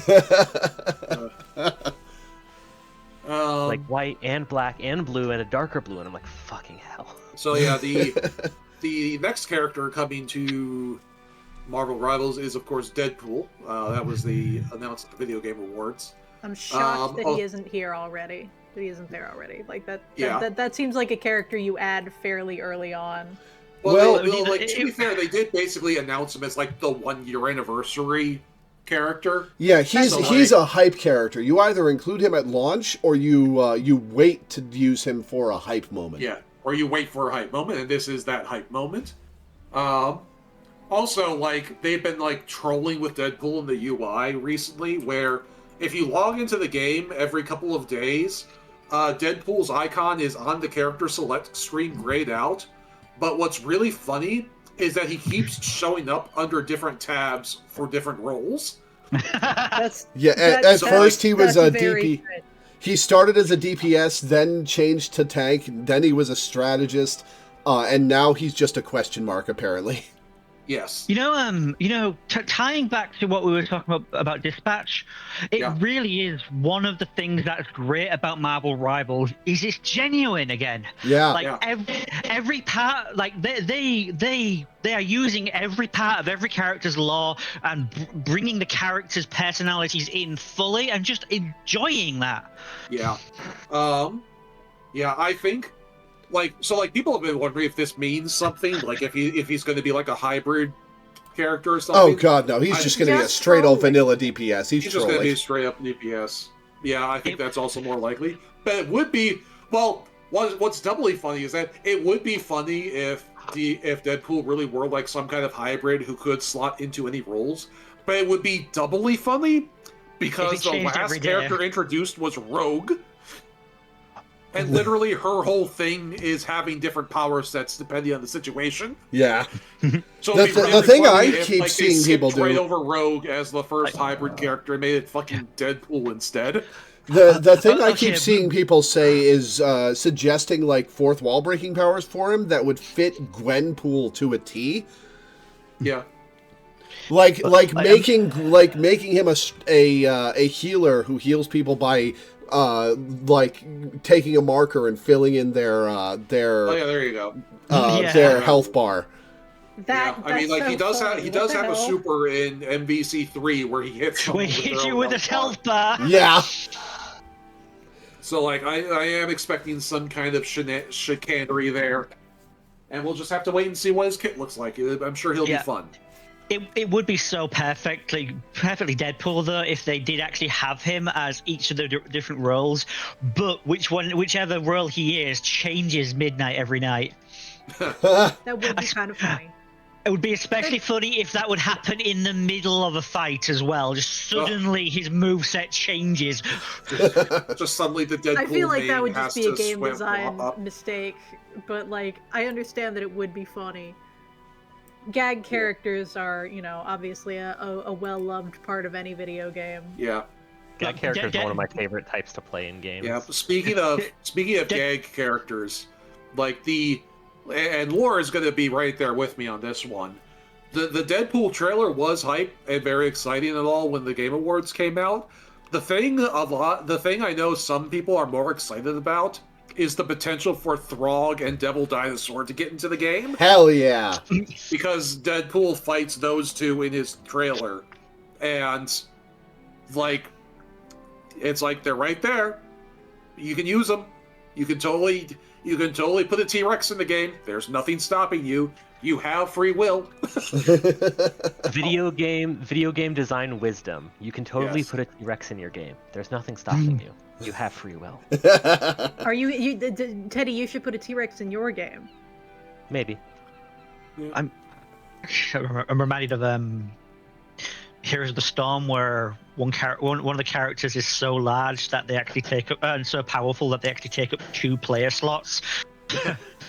Oh yeah, that's they do that the in ogre guy, Pokemon Mystery Dungeon a little bit. No, I'm thinking it's Deathwing. The ogre guy was 2 players as playing one character, but I mean like if people pick Deathwing, it is literally 5 players against 4 players. Oh yeah, I forgot that was a thing. That's a fun one. You just gotta hope your Deathwing player is good, not the game. Yeah. That's the problem there. That's the ego pick. Cho'Gall was fun though. A friend of mine used to play with me when I was first learning the game. I'd be the magical head, and he'd be running around doing the objectives while I tried to fight. All right, up next we've got Teddy game, Cobblemon. Oh yeah, Minecraft mod puts Pokemon in the game. I like it. That's about all there is to say. Fair enough. It's a very brief aside. It exists if you have it's Minecraft. It's good, yeah. I haven't played a ton of it because Minecraft overwhelms me in general. But I what I have played of it has been fun. It's definitely an interesting contrast to Pixelmon, which I had a previous experience with. I did not like Pixelmon, but yeah, Cobblemon puts Pokemon in Minecraft. It feels in line with Minecraft's existing mechanics. To the point where it's like, oh yeah, of course we'll have like most of the stuff be craftable using stuff that already exists in Minecraft. Sure, we'll make it so you can use like Skulk that you've grabbed with Silk Touch to make experience candies with Honeycomb. Why not? So, good stuff. Good video game. And the art, the little models of all the Pokemon are amazing. They are so good.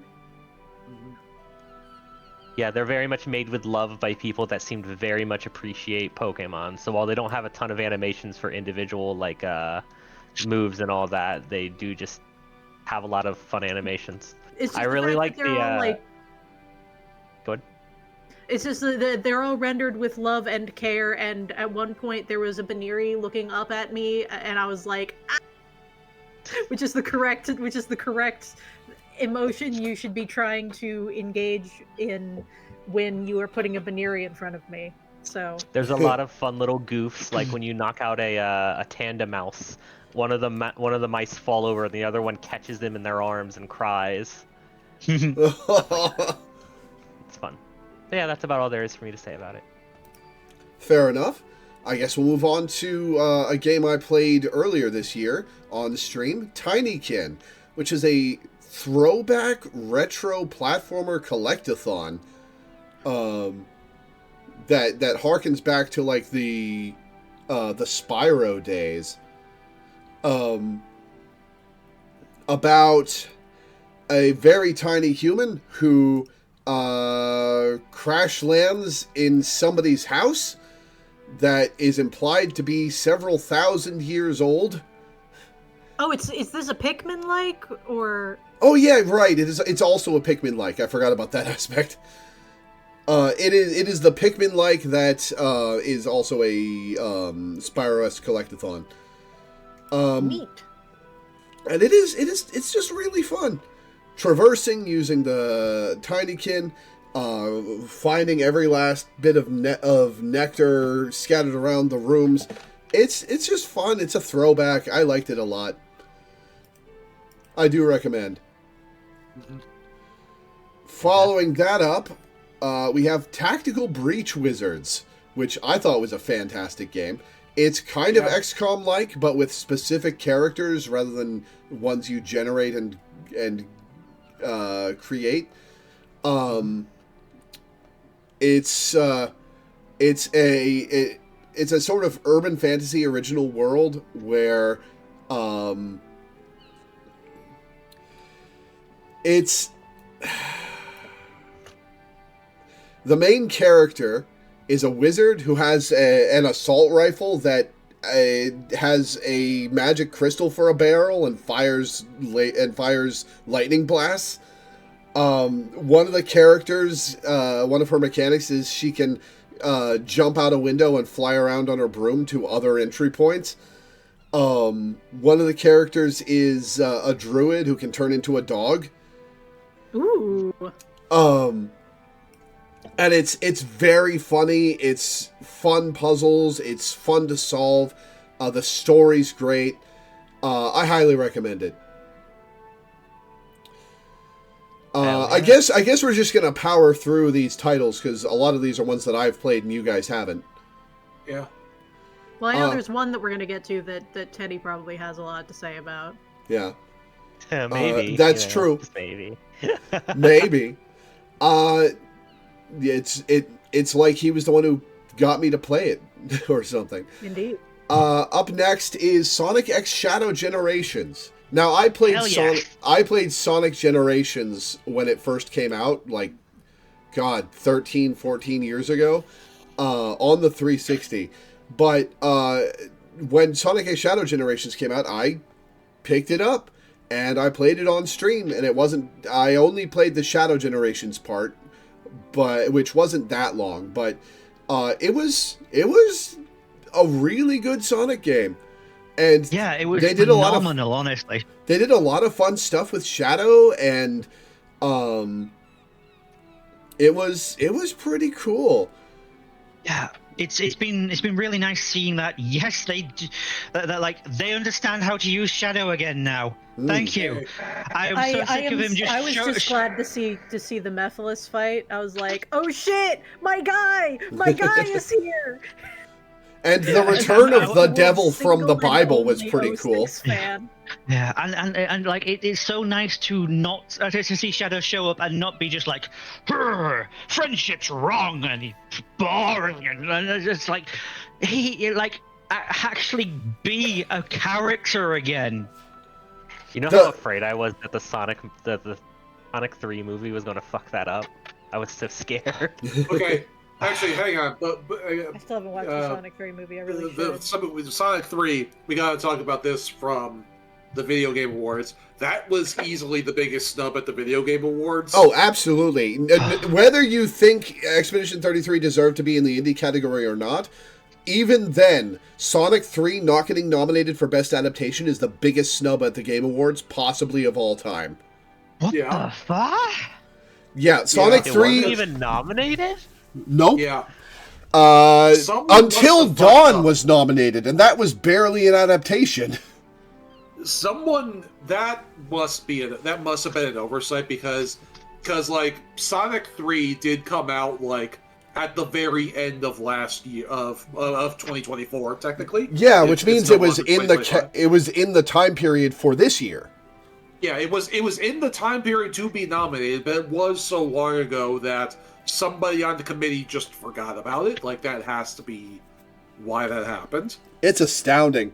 Like It Sonic is 3 astounding. Sonic 3 is arguably, well, I wouldn't say it's arguable that it's one of the best video game movies ever made. It's arguably the best video game movie ever made. Yeah.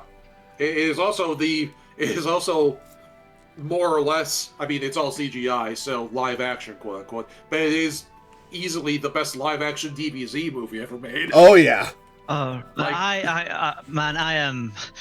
I am not ashamed to admit that when Live and Learn came on, I sang Who Yeah. wouldn't? in the I'm just cinema. glad they got it. I was worried that they weren't gonna do it, but they did. My Um, only complaint about the movie is, man, I get it. I really get it. You wanted Jim Carrey to carry the movie. There's a little too many scenes of just him and his grandpa fighting. Please. Yeah. Yeah.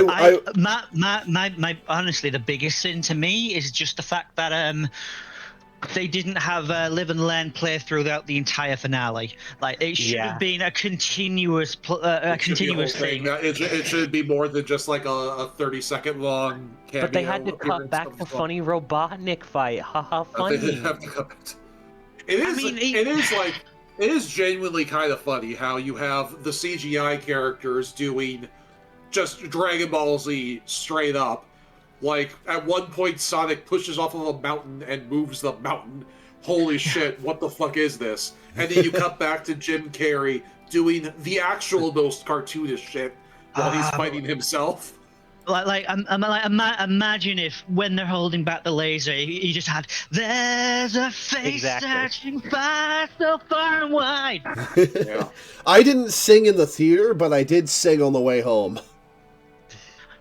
I did manage to confuse the kids that were in front of me because they had no idea how I knew the song lyrics. Really? Well, yeah, they didn't grow up with Sonic Adventure 2. True. Those poor God. bastards. That's just a deprived childhood. Yeah. They didn't grow up looks off obsessed to with the the Chow side. Garden for Sonic Um, Adventure 2. Yeah, I do have a Sonic related story to tell, but it has to wait until the stream is over because I know some of my friends work in the stream sometimes, and they might overhear some things that I'm planning. But I I'll gotcha. just wait later.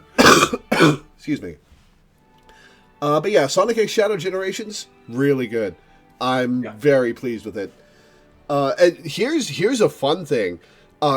Shadow Generations is set at the same point in time as Sonic Generations, which means that the levels from later games, Shadow has no idea what's going on. Yeah, it's really Okay, that's fun. I kinda actually funny. do really like that. It's also really cool because he gets to the Sonic 06 place and he's like, where the hell is this? Yeah, like Which is Sonic weird. 06 straight up unhappened, and that's canon. Yes. Yeah. And so I when do- Shadow fights Mephiles, he's like, "Who the fuck is this guy?" And Mephiles I is want so to pissed off. It's exist! so good. I want to exist. And I'm like, But- and I'm watching that fight because I haven't actually beaten the game, but I did watch that fight because I love Sonic 06 and love Sonic 06. Anyway, I love Mephiles so much, and so I had to watch the fight, and I was like, oh no, I'm getting the Kingdom Hearts emotions. Oh no. I You watched your Blorbo go through it. I do feel that there shouldn't have been a Frontier stage. There should have been a Shadow 05 stage instead. There should Oh have been yeah, there That was wasn't a weird. Shadow Weird. 05 stage, was there? Nope. there should have been a Um, Sonic Boom stage. But like, because like Shadow has Shadow's in absolutely that no game more than connection he's to. in Frontiers. Yeah. He's not in Frontiers at all. Yeah. Like, so he has no connection to the Frontier stage. So it being like brought out via his connections, like the other stages, does not make sense. So yeah, it's like especially since they were using the slime mechanic there, they should have brought in one of the Black Comet stages. The slime would have fit in perfectly, rather than just being added to a Frontier location for no reason. But yeah, Sonic X Shadow Generations, good game. Up next on the list we have here is Mouthwashing, which I won't say a ton about, because it's kind of a heavy downer of a game, but it's very good. Game, though. It's what? I don't know what it's about. What I heard about it, but I don't even know. I know nothing about it It's except about the fact that it's 5 people dark. trapped alone on a spaceship, and they just start to, and they're trapped. They're off course. They have no way to get home, and they just slowly go insane. Oh, my worst fucking nightmare! Great. Yeah. And they just slowly go insane as they have to live through this nightmare of being lost in space for months. It's good, but go in with some heavy trigger I will warnings. not be playing it. Do Nope. not worry. Yeah, And no, I was talking to chat, not you. Yeah. Yeah. And one of them is very critically injured, and very bad things happen to them. Yeah. So what you're saying is Essenger's Offworld should have been a licensed song in it. Because my god, that's amazing. Yeah. On a brighter note, we have UFO 50. Teddy, take it away. Oh man, I wish that I didn't have a headache this whole time. UFO 50 is a fantastic set of games. It is 50 games in one. I think it's on sale right now during the Steam sale, so hey, that's good. It's 50 games in one. They're all pretty fantastic. It costs normally $25, so that's 50 cents a game, baby. It's currently $18.74 on Steam. There you go. It's a fantastic set of games. They're basically... This isn't so much a game for people who grew up playing, NES and pre-NES era games. It's a game kind of for people who grew up emulating NES and pre-era NES games, because it's very much about perusing this collection of games and gleaning the history of a company just from what exists in the game and the anecdotes you get on like the little info and stats page. The in-universe lore is that this is a game collection that some people found with an old video game console in a storage unit, and these people have ported it to modern hardware for people to play. It even opens the opening credits is basically a crack draw, if you're aware of what those are. Oh yeah, I recall those.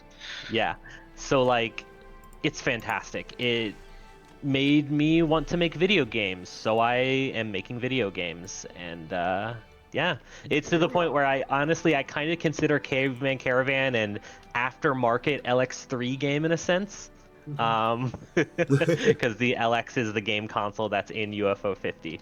So yeah.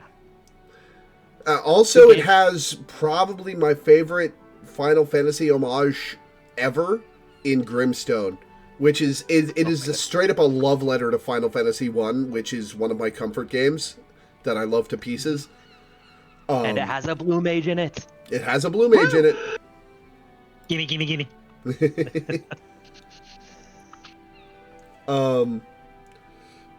Yeah, and there were a couple other games that really stuck out to me, like Night Manor, and it was just really good. Night Manor is a point-and-click adventure where you control the cursor with a D-pad. And at first you think, well, that's kind of stupid, but then you realize that when the character is frightened, your cursor is wiggling around wildly, so you're wrangling your twitching, scared hands as you escape a murderer and stuff. It's quite good. Fun. Sorry to interrupt. Yep, that's a fun one. But yeah, UFO 50, good stuff. Go play it. What's not good stuff is the next... Let's do a rundown of all 50 games. What's not Number good one. stuff is the next game on the list. The Somnium Files Nirvana Initiative. Now, I played the first the Somnium Files a couple years ago. I liked it. It was pretty good. That's the game Uchikoshi made after finishing Zero Escape, and I liked it a lot. It was not his best work, but it was very good. So I was excited to play the sequel. I should not have been excited to play the sequel. It is not great. The writing is worse. The characters are worse and less interesting. The apparently, the Somnium Files was considered too difficult for the average player, so they made him dumb it down, and boy, howdy did they dumb the puzzles down. Everything's super linear. There's barely any puzzle solving to be had. And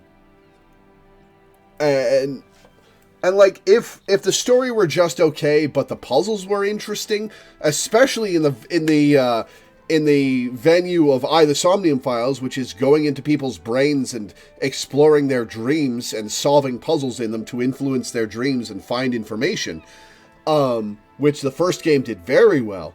If the puzzles had been interesting, I could have lived with the story being just so. But the puzzles were barely puzzles, if ever at all puzzles. And so all that was left to fall back on was the story, which was not good. It was, no. I think that it's possible that the sheer lack of difficulty in the puzzles was Uchikoshi being a little spiteful because the higher-ups told him he couldn't do real puzzles anymore. And, like, I'd have been spiteful too, but it just led to a bad game. I don't think it was good. And that makes me sad. Yeah. Was the story any good? Not really. Damn. Yeah. Game's got nothing going for it. Yeah. I'm sorry to hear that. Yeah. Following that up is Star Control 2, which is a 1990... It is basically Mass Effect 1992. They have a lot of similarities. Yeah. Oh, you've played it?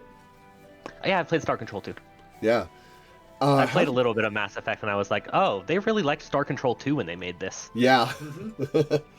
I it was really weird when I popped into your stream and I had the music that Toys for Bob's been using on its logos ever since. It's like, oh, that's where this is. I recognize this from. Fun. But yeah, Star Control 2 is okay, so you are one of the last free humans outside the homeworld after the bad ending of Star Control 1.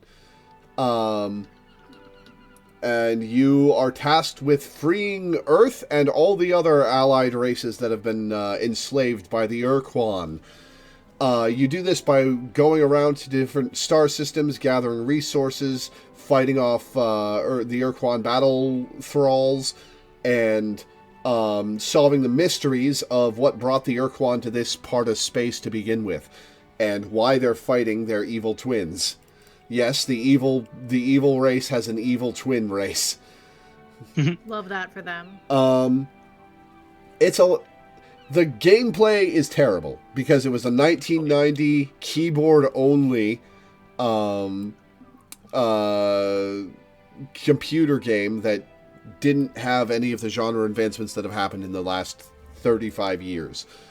But the alien races are a lot of fun with lots of creative designs. The story's pretty good. The fleshed out world building of our region of space is great. And it gives you the option to let the computer control the combat, which I did after a little bit. So, yeah, you can just focus on exploring the narrative. And it's got some really creative alien species. Like, there's, what are they called?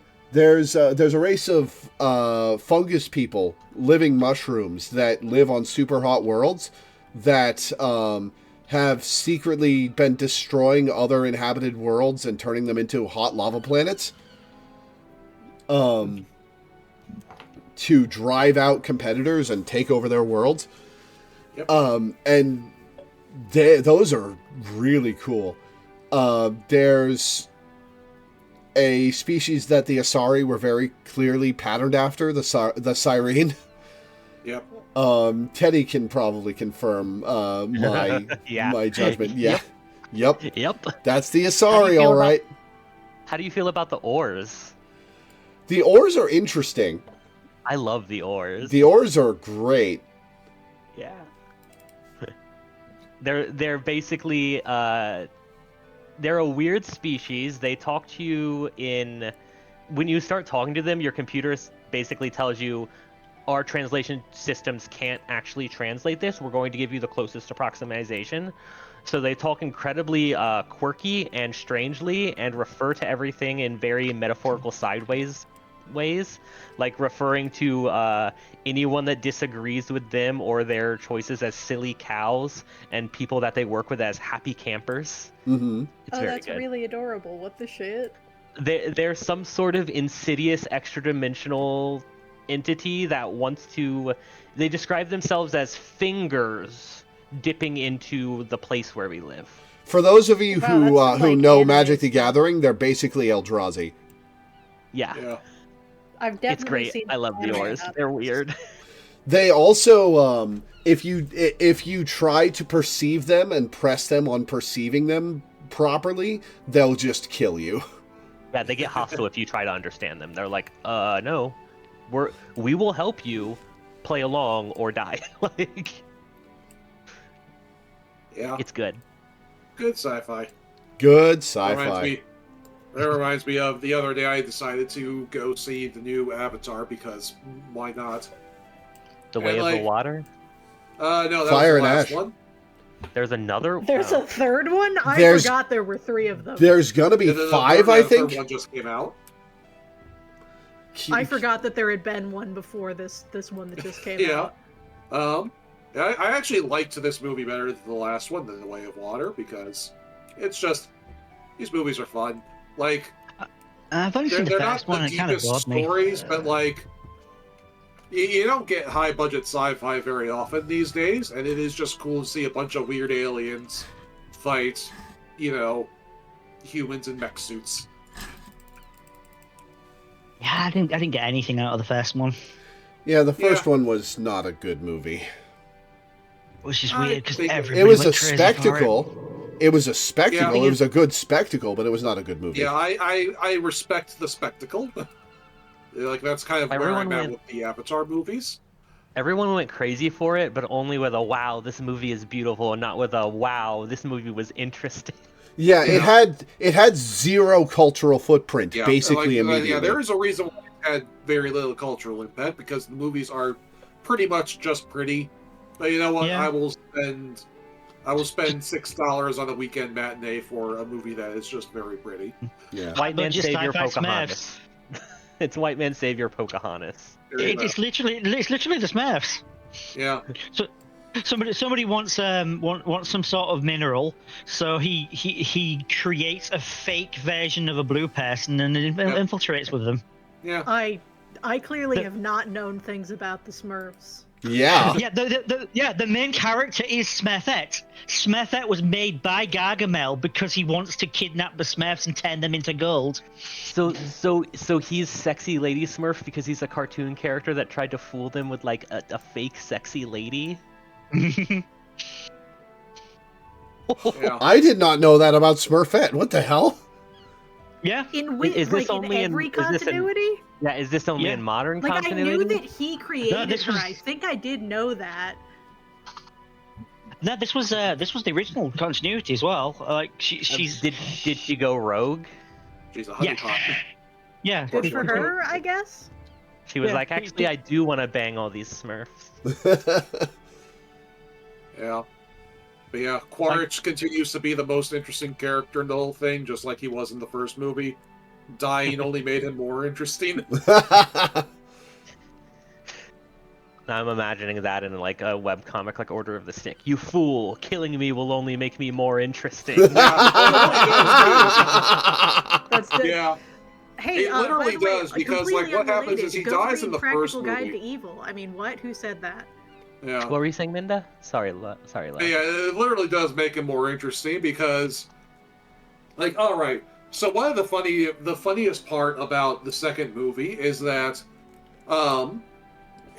the opening, like, 20 minutes or so of Way of Water is just them quickly going through, okay, here are all the things we need to retcon to turn this from a one-off story into a franchise. So, this character who died came back to life, this character had a secret child, this character had a secret child, here's the secret human base so they weren't totally defeated in the last movie, and okay, we can go.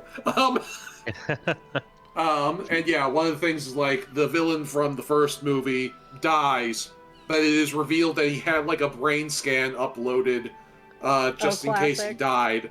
And so they upload his mind into an avatar body, so now he's back, but he's tall and blue. And, Oh shit! Oh no, And- not tall and blue. not tall and blue. And then These movies sound delightful. And now the new movie, They're has not. Hot Alien Girlfriend 2, so he really just is like the evil Sully now. Oh, yeah, Really? I care about like the Yeah. crazy evil lady. Yeah, the crazy evil lady who is like real hot. Not gonna lie. She's apparently I'm sorry. very popular. Yeah, she is very popular for reasons. A lot of mention of sexy blue women in this stream. Jake English I'll would be also- proud. I just looked it up, by the way. Like, until one of the recent movies a couple years ago, there were only 3 female Smurfs. 2 of them were made by Gargamel, and one of them was a grandma who just showed up with no explanation. The Amazing. Smurf manifested a grandma because they needed Anyway. someone Yeah, to make them Yeah, cookies. so there was a Smurfette, Sassette, and Granny. Huh. Anyway, so yeah, Avatar. If you want to see some cool CGI shit, it's there. I guess It is in fact there. it is in fact there. The surviving legacy of the Avatar. Yeah, basically. The Avatar franchises. If you want to see some cool shit, it's there. Yeah, Yeah. yeah. I don't know. I will not defend my decision to see this movie, but it's a decision I made, and so now I get to talk about it. Hell Anyway, yeah. next video game. All I right, thought the Smash TMNT songs were gonna head Shredder's now. Revenge, which 3 of us have played. Oh yeah, Hell yeah. That was a fun stream. That was a fun stream, Yeah. which is why we're doing was. Marvel Cosmic Invasion in a few days. Hell yeah. Heck yeah. How many players is Cosmic Invasion? Is Oh. it 3 or 4? I think it's 4. Oh, sweet. Probably 4 because that's the standard. Yeah. Well, if you want to like, join us, then you're welcome to. I'll And have each a look, player I'll look picks into it. 2 characters they can swap between. Ooh. Oh, Oh wait, That is but means I have to literally care about everything I Marvel know about this game. characters. I mean, I'm sure you can just pick a character based on vibes. Yeah. Probably. but yeah, absolutely. TMNT Shredder's Revenge, it's a continuation of the 80s cartoon. It's delightful. It's very much in the spirit of the 80s cartoon. The art is fantastic. The gameplay is fairly simple, but That's there's the joy of being. a lot you can do with it, and it's a fun time with friends. Yeah, it was a lot of fun, and yeah, I'm definitely looking for Cosmic Invasion. But Which I will be sending to you as your Christmas gift shortly. thank you. You're very, very kind. I did have a thought, by the way, for when we do play Cosmic Invasion. Yeah? If each of us has to pick 2 characters, it might be fairest if everybody picks 1 character each, and then in And the then we opposite draft order, the we second pick one. Yeah, but if we draft like a it in the craft opposite thing? order, that way the person that picked last for the first set gets to pick first for the second. I like Yeah. that idea. Let's do that. All right. Yeah. That'll be again this time next week, literally. Yeah? Yeah. It'd be free around that time. Let me check my wallet and then I'll look into it. Sweet. Because I do like playing games with you guys. We love All playing right. games with you. That'll be fun to have you. Yee. All right. Up next, Jenny LeClue Detective-oo, which is a point-and-click adventure game about a character. Okay, so an author who is completely washed up and has kind of lost the plot with his children's detective novel series, gets a call from his editor saying that he'll be dropped and fired if he doesn't shape up, and instructed to put a murder mystery in the next kids book. He resists, but he has no choice, and he starts writing it. And you play through the game as Jenny LeClue, the protagonist of this children's novel series, as she investigates a murder in the town of Arthurton. It's charming. It's fun. The art's fairly striking. The characters are likable. The presentation is fun. The mysteries are cool, and it ends on a fucking cliffhanger that has remained unresolved since 2019. Oh, I'm sure there's plenty of fan fiction. I'm sure. But it is good. Apparently they are trying to get the funds together for the continuation of the story. But it is quite good. I did like it a lot. Speaking of... I just completely lost what I was going to say. Anyways, Paranormacite, The Seven Mysteries of Honjo is a visual novel surrounding some Japanese mythology. The main characters are caught in a mystical event that grants each of them the use of a curse and the desire to kill with it. Because if they kill enough people with it, especially other curse bearers, they'll gain the magical energy needed to do the rite of resurrection, which will bring back to life any one person of that they desire. I'm not going to say fate. I'm not going to say fate. I'm not going to say fate. I'm not going to say fate. Okay. Sorry, I it's just like, this is very much an anime plotline I have seen. It seems cool though. I'm imagining someone who didn't like this game calling it Fate Bland Order. I'm very funny is the thing about me. My only positive trait. You have plenty of positive traits. You're an absolute sweetheart who cares deeply for people. Yeah. Yeah, you're great. It does have, they won't know that I'm the like, Smurfette of this group. This is a very classic anime death game setup. Yeah. I didn't say it was super complaint. original, but it is very well executed. And Shogo Okie is the kill streak goat, so... What's the gameplay like? It's a visual novel. Ah. It's dialogue choices. So Fate. I guess.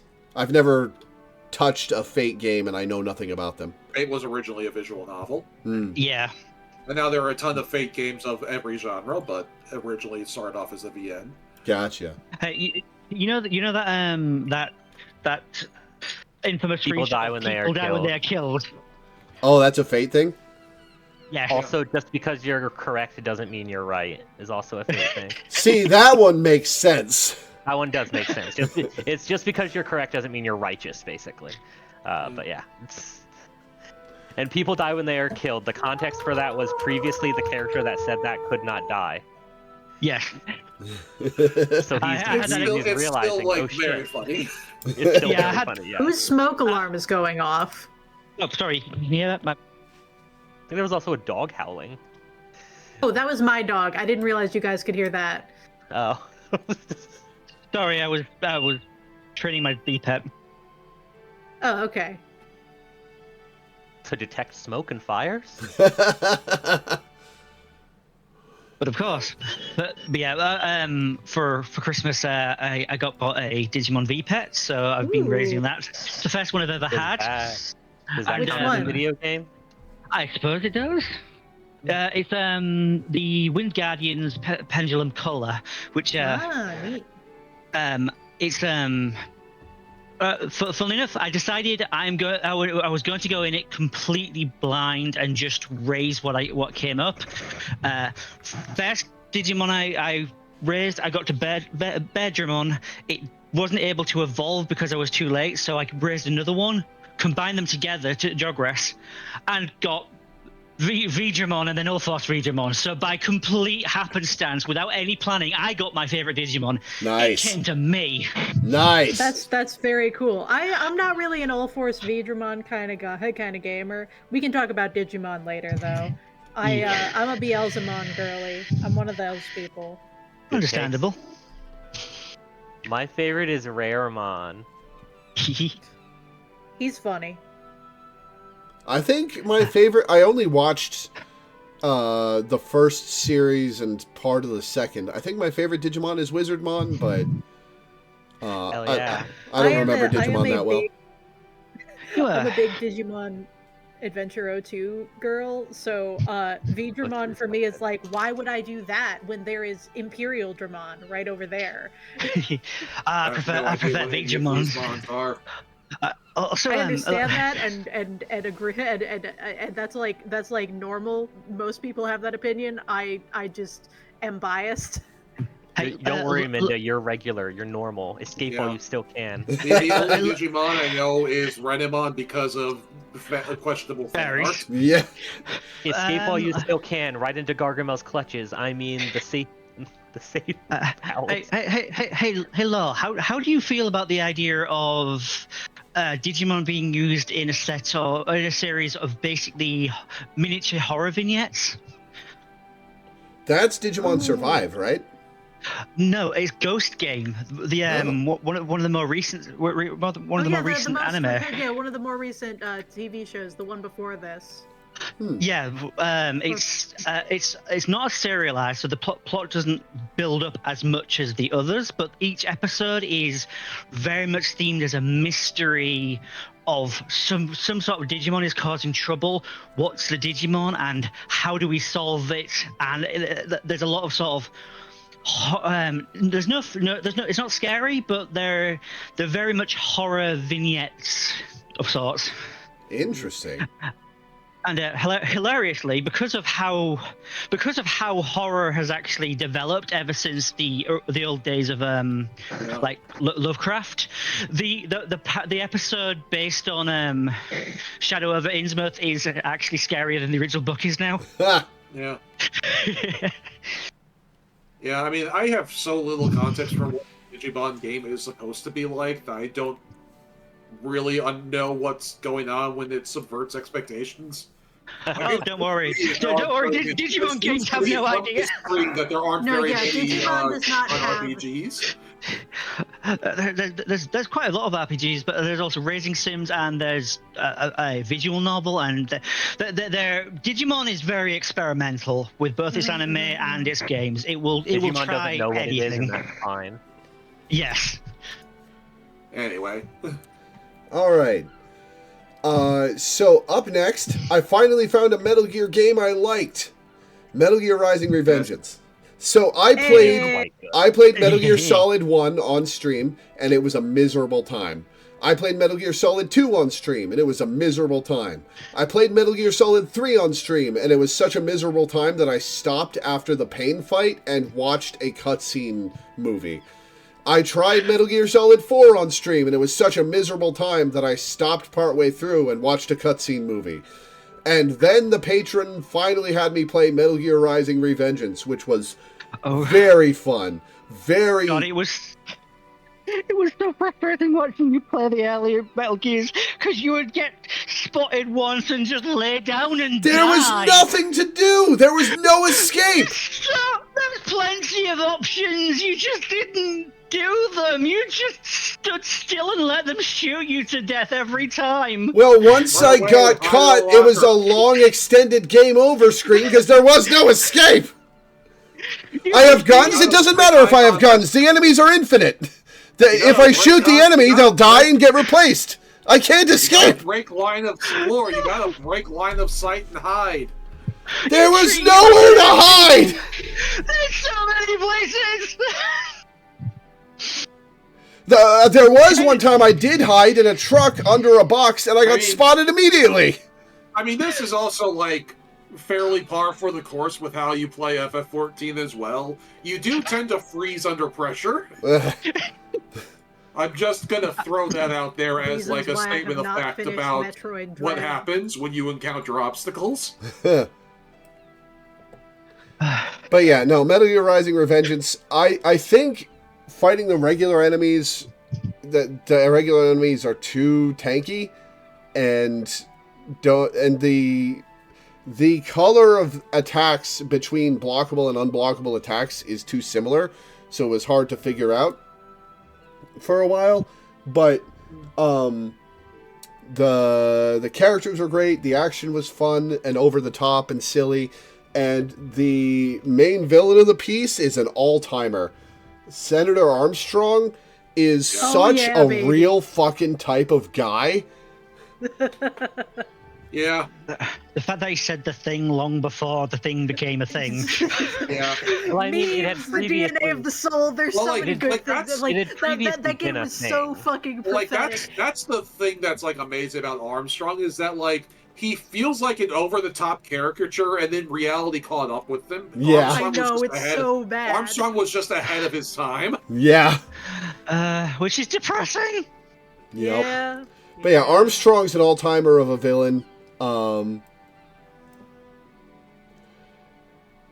And it's just, The music's great in that game. yeah, the music is fantastic. It's Rules of nature. standing here, I realize. I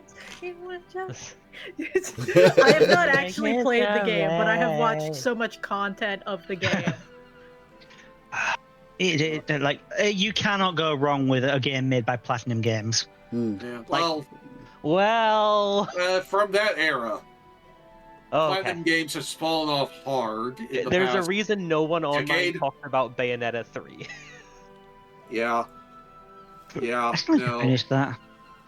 Oof. Yeah. It's Platinum Games had an okay run. Revengeance is probably their best game. That is high praise, considering that most people are like, oh yeah, this game's a mess, but it's a fun mess. Yeah, but like just like that's not. I don't even think that's a controversial take to say that Revengeance is probably Platinum's best game. I mean, there's Fantastic. Bayonetta 2 is in contest. Vanquish is a very, very damn good game. Oh yeah. Bayonetta's 1 and 2 are fantastic. Vanquish. I've never actually played a Bayonetta game. You should. They're very camp. Mhm. Oh, And I in the love best that about ways. them. Yeah, they're very camp. They're Yeah, I feel like if you look up camp in the dictionary, Bayonetta is there. No, I think there's Like, a picture the first two of the Bayonettas dog are of good. the guy from Rocky Horror Picture Show there, but Bayonetta's probably a Okay, close second. true, They would be fair, best friends. accurate. they would be But best she's friends. like, they would be shaking hands. Okay, Wait. let me put it this way. Bayonetta is if Austin Powers was a woman. Ha! Yeah. I don't have context for that, but I'm sure that it's funny. Yeah. No, I can't disagree well- with that. If Austin Powers was a celibate woman, she is incredibly sexualized and she enjoys being sexual, but she doesn't actually have that Yeah. interest. Like Oh, she's yeah. not trying to get laid. She's just, I am sexy and this is fun. Yeah. You Pretty can much. say asexual. Don't fuck. I don't know. Well, Bayonetta. Yeah. But yeah, it's like, but yeah, like as far as Platinum Games go, it's like the first two Bayonettas and Revengeance are like Holy Grail. it's one of those, and it's probably Revengeance. Yeah. Yeah. I do very much recommend Vanquish. Though it is such a damn good game. Is it even like possible to play that one on modern It's on Steam. consoles? Because I remember that being a 360 game, and I don't know if it it's on ever Steam. escaped the 360. It's on Steam. Okay, well there you go then. Yeah. Okay, perfect. Yeah, like the world is like the main character is basically Solid Snake if he had a mech suit, but Yeah. like the actual gameplay is like you remember how cover shooters were a plague, like, where you would just crouch behind a cover. I mean, like and it was like if Platinum imagine if Platinum Games made a cover shooter. There you go. Basically, like you could move incredibly fast, and the gameplay loop was to dash between incredibly fragile cover. So you wouldn't just crouch there and just plant there. You would be constantly moving, dodging between the various covers, in order to just. It's so good. It's a cult classic. I believe there's one more game on the list. Two more. The next game we're talking about is Wander Song, which is it's an odd little thing. It's kind of a musical rhythm game, sort of, barely. You play as a non-binary bard who is a very, very silly person who is attempting to learn a song to save the world and bring everything back into harmony. And you do this by singing at people, using your stick as a control wheel for different pitches and tones. And it's just generally whimsical and fun and a very good story, and Miriam's great, and it's a good time.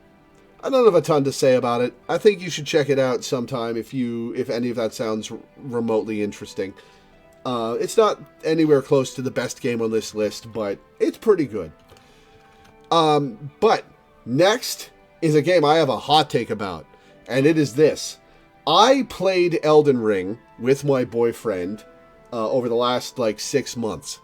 And we would sit down and we would pass the controller back and forth whenever one of us died, taking turns trying to beat the bosses. And we went through the whole of the base game, and then we did the DLC.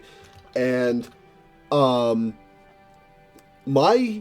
conclusion I have come to, the takeaway I have from this game, is that Elden Ring is just kind of okay. Elden Ring is a frustrating game on several aspects. Not necessarily the difficulty. There weren't very many bullshit bosses that were just annoying to fight rather than fun puzzles. But the gameplay is just... It's alright. It's clunky. It's slow. It's long dodge chains, and then you get to hit the enemy twice, and then you go into another long dodge chain.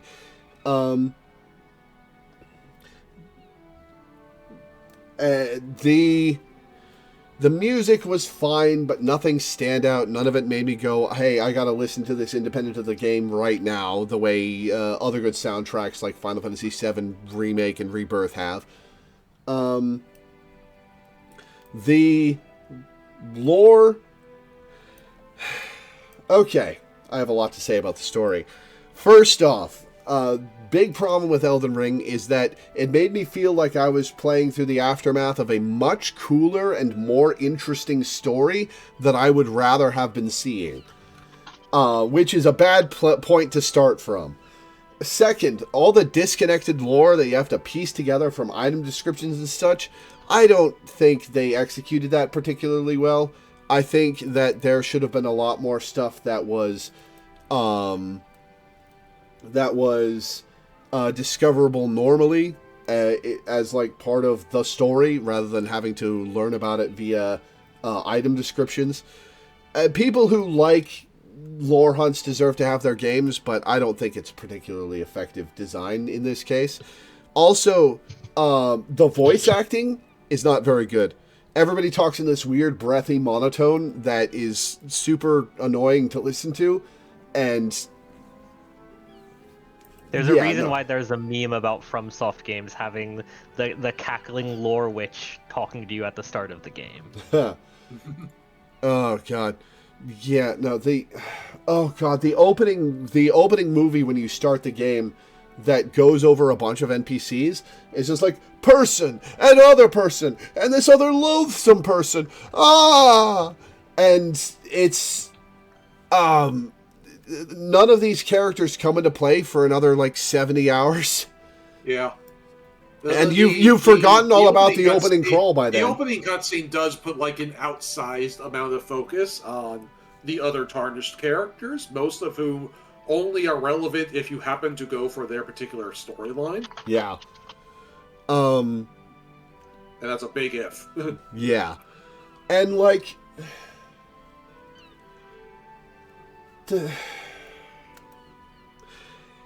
okay, Miyazaki is addicted to tragic anticlimactic ends for interesting NPCs to such a degree that 90% of the NPCs you can interact with in Elden Ring meet tragic anticlimactic ends. When a character meets a tragic anticlimactic end in a story, that can add texture to the story, to the narrative. It adds a contrast to other characters' fates and to the goal of whatever you're going through, which is to succeed at stuff.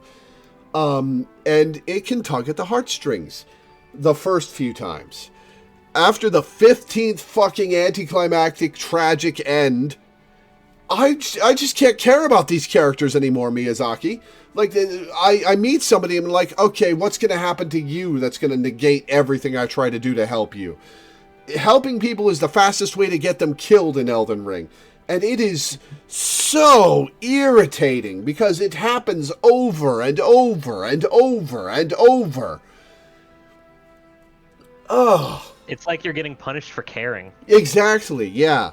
I want to care about your characters, Miyazaki. Why don't you want me to care about your characters? Ugh. It's such a frustrating game, and I think that it's just kind of okay. I value the time that I spent playing it with my boyfriend because it was a fun thing to do together, but that was enhanced by doing it with him, not by the game. Yeah, that's how it is sometimes. Yeah. Also, I do have a bit of indication. As I was doing the Millicent quest line, I thought, oh, I've seen Melania in the context of Let Me Solo Her. I know what she looks like. I know she's the game's super hard bonus boss. This character looks like Melania. Maybe this is an amnesiac Melania, and we're putting her back together to lead into the boss fight. And then that didn't happen, and I went on the internet to ask if anybody else had thought that that was what was happening, and it turns out that that's what was going to happen until they changed it at some point during development. And that would have been so much more interesting than what we got out of either of those characters. Yeah, well, I can't really relate to the... I don't really have any context for this, but it does sound like it sucks. I've been thinking about Melania a lot lately because of Donkey Kong.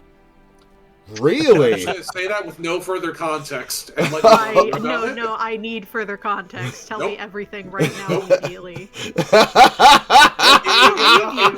I believe you. I am all for weird connections to stuff. I need to know how I need to know what the connection is here. Well, do that. That's all I'm saying. If you've played, those of you who have played Donkey Kong will understand. I mean, I guess. All right. This is an exclusive joke for Donkey Kong players only. This is an exclusive joke for Donkey Kong fans only, yes. God, that reminds me of... Speaking of weird connections, whenever anyone tries to exclude me from something, it reminds me of this one time I was friends with this guy in middle school, but he was like kind of a jerk, and so he was like, he would frequently just be like, he would like bring shit to school and like show one of our other friends and then like say, no, you can't do this, you don't play Toontown. I'm like, you don't play Toontown. I'm like, my dad will not allow me to play games that require money, sir. You are the worst person I ever met on Toontown. And he would say specifically Toon Eyes only, and so like that's like a sense memory for me. It's very dumb. That guy was such a loser. You know this, right? No, yeah, I know. I'm just saying it's also a sense memory for me. Also, we were 12. Like, I was also a jackass. This is something that Pegasus and Yu-Gi-Oh would say. Toon eyes Yeah. only. Yeah. Eyes only. Oh, that reminds me. Here's another video game topic. Have you seen that mod someone made where they put Yu-Gi-Oh and Yu-Gi and Fighter Z? Yeah, Yes. that looks love that. awesome. Amazing. I love that one of his attacks is Monster Cardo, and it can just go infinitely if you get lucky with draws. Oh, that's Yeah. good. That's good. I love that you can deck yourself and instantly die. That's Yeah. funny. What? I didn't know also- about that. You can of course also summon Exodia to instantly win. I love video games. I love video games. I love it when people make stuff that really care about stuff. I love Yeah, that. they must have. I figure they must have used Magnus from Strive as like a base because he's also a character with like kind of a card mechanic similar to what they do with Yugi, but like still like the amount of effort it must have taken to like make all of those mechanics mostly from scratch. Like, dear God. For reference, it's a video somebody made, for those in the audience, it's a video somebody made of a mod where you play as Yugi Moto with a Dark Magician stand, and you draw cards from your deck to do attacks and such. And you have a limited number of cards in your deck. If you deck yourself, you die. You can draw Exodia for an instant win. And it's absurdly high quality as far as mods go. Mm-hmm. But yeah, that's all the games on the list. So I guess now we go around the group and pick our games of the year. How about you go first, love? Oh, me? Okay, shit. Fuck. I wasn't really thinking about that at all, leading up to this. Fuck it. I gotta give it to Pokemon. I, like, Silk Song is great, but I found myself so frustrated by it, and I just loved playing Pokemon the whole time. So it's like, what, how do you gauge that, you know? And, Yeah. and there was so much, like, there were so many really good moments in Pokemon that, like, stuck out to me in like a really positive way, whereas like with Silk Song I can think of maybe 2 moments. Like there were actually no, like 3 or 4 really cool moments where I was like, oh, I'm having so much fun right now. Whereas there were a lot more where I was like, God damn it, God fucking damn it. And Yeah, like, you know, that like it's a good game, and I enjoyed it, and there's a lot of really good stuff in there, and I did cry about a couple of things, but I also cried about a couple of things in ZA, so... Counterpoint, you can't pet the Bell Beast in ZA. That's true, but you can have coffee with your Pokemon, which is also good. No, don't give the Arcanine coffee! Well, you can have like What's a even number of worse than different the Arcanine drinks. is giving the T-Rex coffee. Like, why is your Pikachu using double team? in this game. Why is your Pikachu using double team? It's not. I just gave it too much caffeine. You can also give them like normal drinks and stuff. It's nice. All I right. want to play the DLC really badly, but I have not had money. Well, Yeah, Yeah. Yeah, real. that's going around. All right, Teddy, your turn. Yeah, Silk Song is a good game, but it is very stressful. Yeah. You will vote 50 this year again, every year, baby. You will vote Yeah. 50. But in a more serious in a more serious tone of games that actually came out this year, probably Dispatch. Yeah. Yeah. Good fucking game. Good fucking Thank game. you for making me care about a Telltale game and for making me care about superheroes. Yeah, for me, I mean, like I said before, it's Expedition 33. Dispatch is a close second, though. It is a very close second. But yeah, and Dai needs to play it for the Blue Mage. Yeah. All right, Dai, what's your game of the year? Well, I've not played a huge amount of new games just because one, I've been kind of using the money that I would have spent on games to have one of my boyfriends visit. And the other is I've been very satisfied playing a lot of retro games on my Retroid, like Okami, sorry, Oh, that going Beyond around too. Oasis. Yeah, and I've got now that I've got a dual screen, I've been replaying DS games as well, like Sonic Rush. Nice. So because of that, I've been pretty fulfilled gaming wise. So I'll probably have to go with Digimon Time Stranger. I just absolutely really enjoyed it. The gameplay, the story, it's been a lot of fun. And of course, I also feel like I can't go without saying Final Fantasy XIV because it has, because I've got 2 boyfriends now because of that game. Absolutely valid. Well, mine comes with the caveat that I haven't finished Expedition 33, which I should do, even if I do it off stream. But Dispatch is my game of the year, too. Like, what a good fucking game. What a sincere, hopeful game in a genre that's been way too cynical in the last couple decades. Yeah. We've been getting some good superhero content. We got Superman, we got... Fantastic Four? Yeah, Fantastic Four.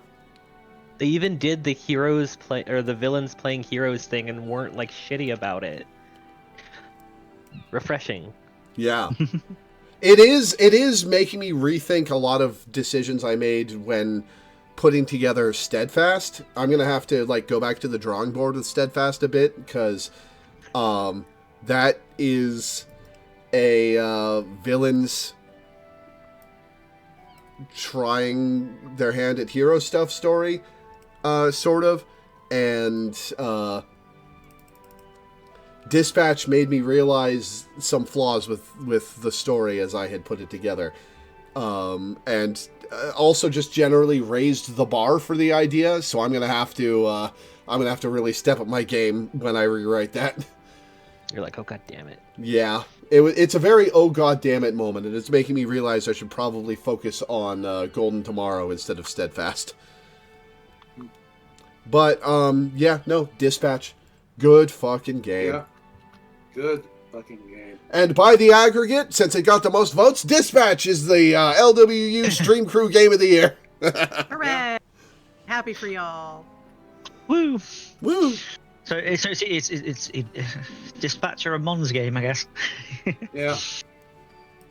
Also, I decided to put the context to the Donkey Kong thing in spoiler chat if anyone really wants to see it. Okay, let me see here. But it is like also like big spoilers for the game too, which is why I didn't want to talk about it too much. Okay. I won't look then. Wait, in which chat? Spoiler Twitch chat. I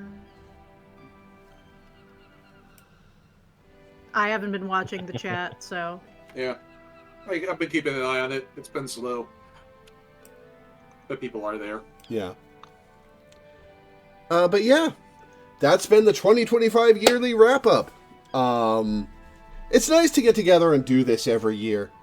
Yeah. Sorry that I got it is. all angry. It's fine. Offensive. Pokemon does that. It's my special interest. No, It's with my everybody. DNA.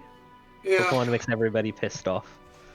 That's why Try talking to people that play it competitively about it. Like, that's the Yeah. whole thing, right? I want to be positive about it because it makes everybody so mad. I don't want to be mad. I don't want to be mad about a thing I like. Yeah. Anyway, while we have been going, I have been working on that Dojin translation, and I have gotten like 7 or 8 pages done. So Nice. that's been fun. It's good to see you acquiring a new passion and hobby. Yeah. But yeah, we've been going for 4 hours, so we should probably call it a Damn. stream. Yeah. This has been the 2025 yearly wrap-up. I will not be streaming tomorrow, so I'll see you guys for the start of Endwalker on the 3rd, on Yes. Saturday. Hi. So, thank you guys for tuning in. Thanks for hanging out. Thanks for watching, and we will see you next time. Bye. Ciao for Have now. fun, stay safe, Bye. and be brave enough to be kind. Bye.